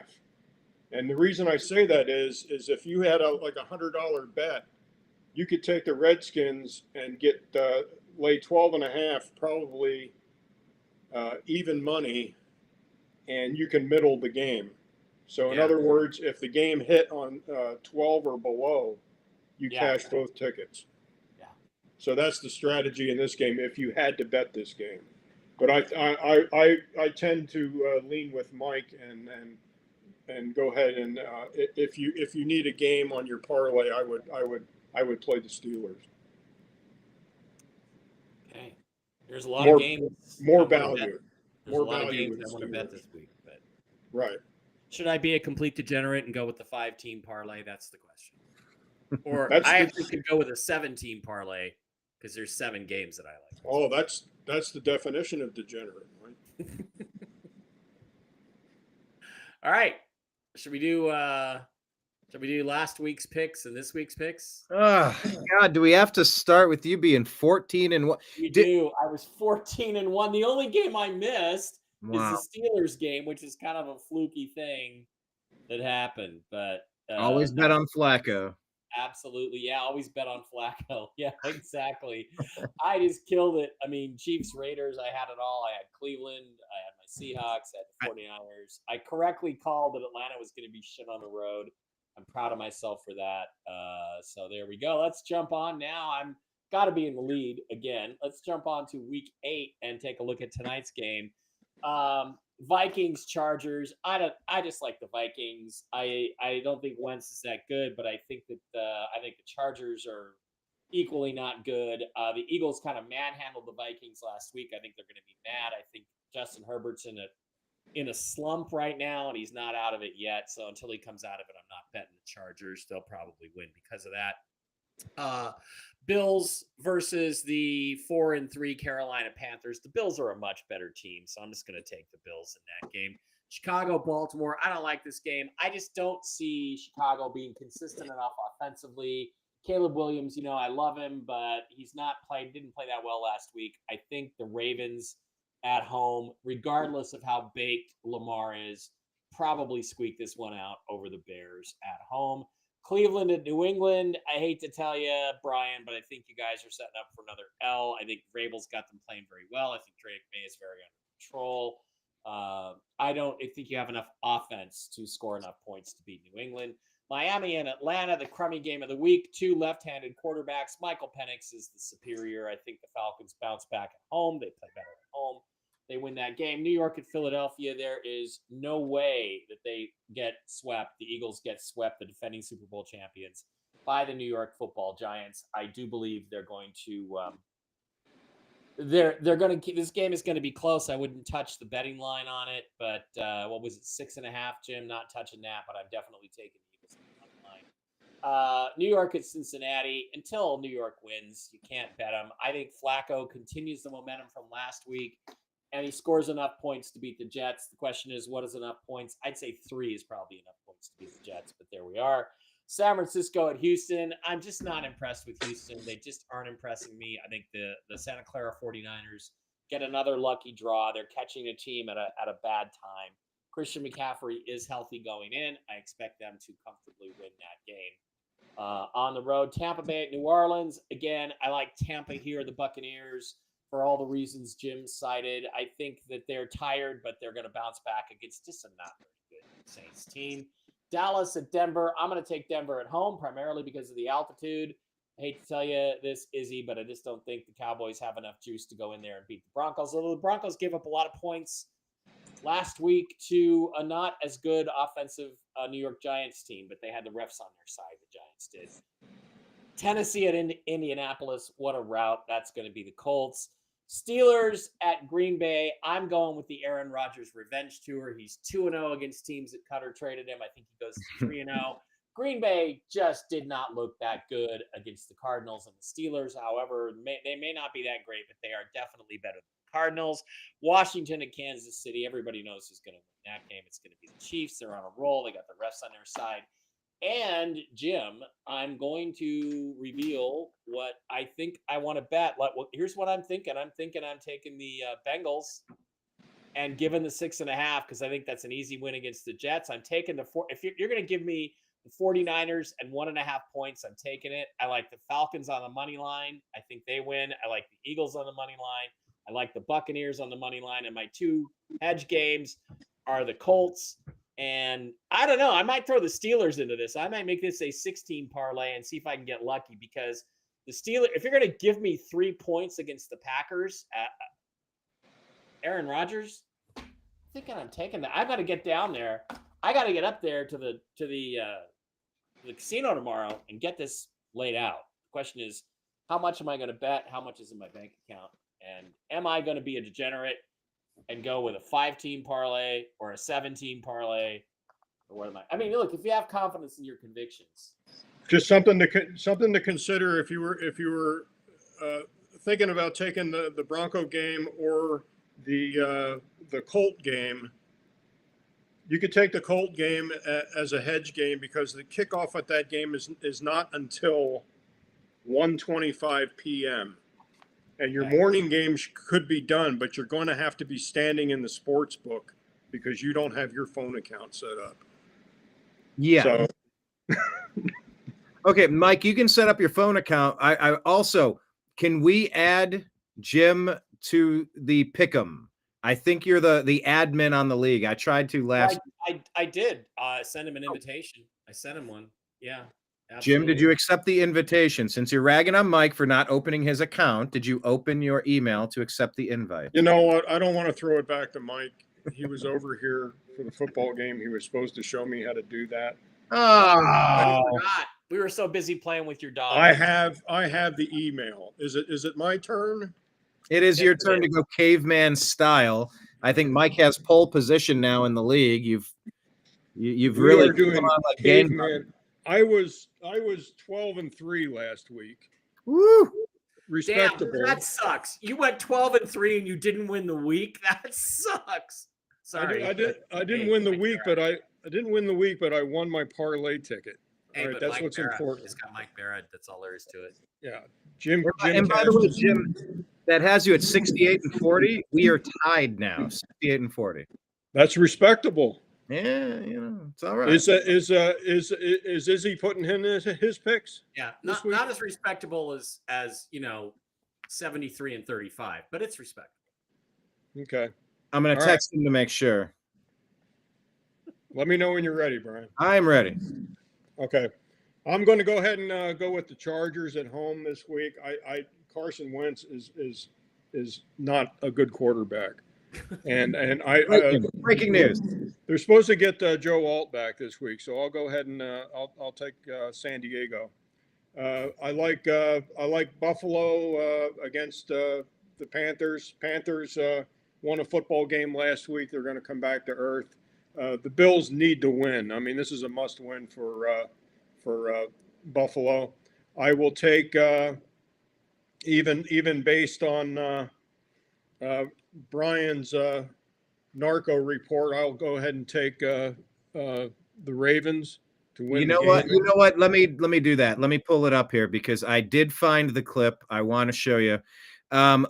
Lamar has denied these unfounded social media accusations, but take a look for yourself. I don't know what time it is. Fine, just put up on me real decent, man. Oh yeah, let me show me please. How you feeling, Woo? Feeling good. How you feeling? He's got the munchies. Totally. Yeah, I was just gonna say he's got the munchies. Really heavy eyelids. Yeah. Yeah, he's stoned. Yeah. I mean, we've all been there, right? Late night, wanting a bite of food. All right, they got music, can't play it. Yeah. But anyway, that's what it was. Yeah, we'll have to do a vertical gaze nystagmus test on him. Yeah, he'll be fine. Okay. I will go ahead and take the Patriots against Brian's Browns. We're going to go with the Ramondre Stevensons. The Falcons will they will beat Miami. I don't think they'll destroy them. I will take the Eagles revenge game against the Giants. I will take the Bengals. I agree with Mike. The Jets are just ass. I mean, they're not a football team. I will take the 49ers to beat the Texans in Houston. I will take the Buccaneers to bounce back against the Saints.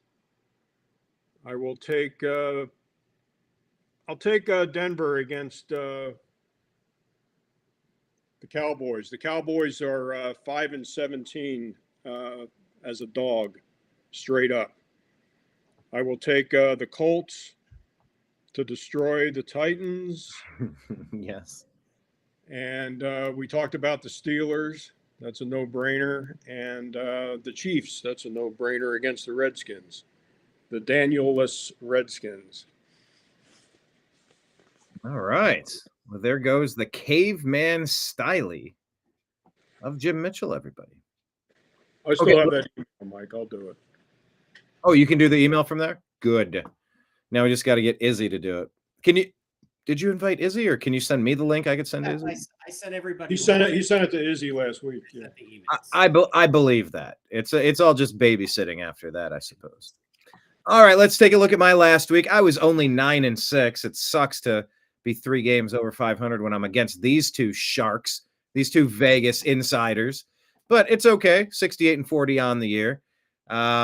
Yeah, last week was tough. I don't need to relive it. Let's just go to week 8 here, and I'm going to make all the winning picks. I might finally have the first perfect week ever.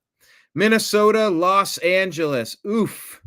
I'm going with the Chargers on the snapback here. Buffalo is going to take care of Carolina. Chicago is going to beat Baltimore. Cleveland is going to beat New England. You heard it here first, folks. Cleveland will beat New England. Atlanta's taking down Miami. 9-6 every week, Brian. Sorry. This is why I'm 9-6, because I do the Browns. 9-6, yeah. Well, okay. I mean, you're not wrong about any of it. But I'm gonna I'm a super I'm Homer Simpson, as a matter of fact. I'm going to take Philadelphia taking down the Giants, but man, they scare me this week. I know, Mike, like you said, they're going to sweep them, but something about the Giants scares me. Anyway, I'm going Eagles, but I'm worried about that one. Cincinnati will beat the Jets. San Francisco is going to beat the Texans. Tampa's going to beat New Orleans. Denver's going to beat Dallas. Indy's going to motorboat or steamroll the Tennessee Titans. Ooh, Green Bay Schittsburg. I'm going to take Kansas City over Washington and then back to Green Bay Schittsburg. I'm going Green Bay on this one. Going Green Bay. Those are my picks. I think I'm going to have the first perfect week in the history of us doing this. Call me crazy, right, but I think we got this. And that concludes our betting prognostications for next week. All right. Okay. Well, I'm going to go watch it. Yes, go do it. Any final words, any final thoughts, anything, any upcoming events you want people to check out? I will be at the Pahrump Alien Conference on Saturday in Pahrump, Nevada, just outside Las Vegas, about 35-40 miles. In Nye County, where everything is legal, as Jim will tell you, and I do mean everything. And I will see you guys there. If you want to come out, it's a free event. And I will be at the Kiss Tribute Band show tomorrow night at the Tuscany Suites Hotel in honor of the great Ace Frehley, who passed away. Rest in peace, Ace. Indeed. Jim, final thoughts? Remember, if you steal from everybody, it's research. If you steal from one person, you're a thief. Wow, that was like an artificial intelligence, a chat GPT kind of thing right there. I'm reading between the lines. Nicely done. By the way, pick your winners for the World Series since we're getting things started. Dodgers in 4. Yeah. Yawn from you. Okay. I And I'm gotta- sure. I got to mow the lawn, Brian. All right. And Izzy, I'm sure, is going to take the Dodgers as well. I'll take the Dodgers too. Gotta Thank go. you all for being here. This has been Strictly Football. We will see you next week, maybe on Tuesday at 6:00 normal time, perhaps. Maybe we'll do Thursdays. I don't know. Let's talk about it. Maybe Thursdays could work. Okay. Get well, Mr. Robinson. Yeah, I feel better, Izzy. Yes, Izzy, this goes out to you. Thanks again. We'll see you next week, everybody. To be continued. We'll talk to you later. Peace. Hi, this is Eric Metcalf, and you're watching Unhappy Hour.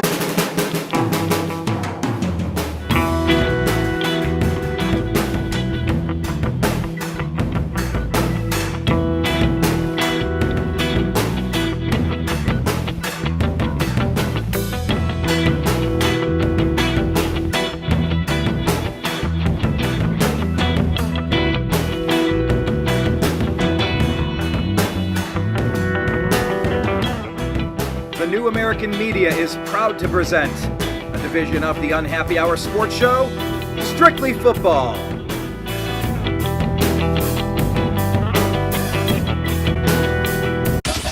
It's the Unhappy Hour.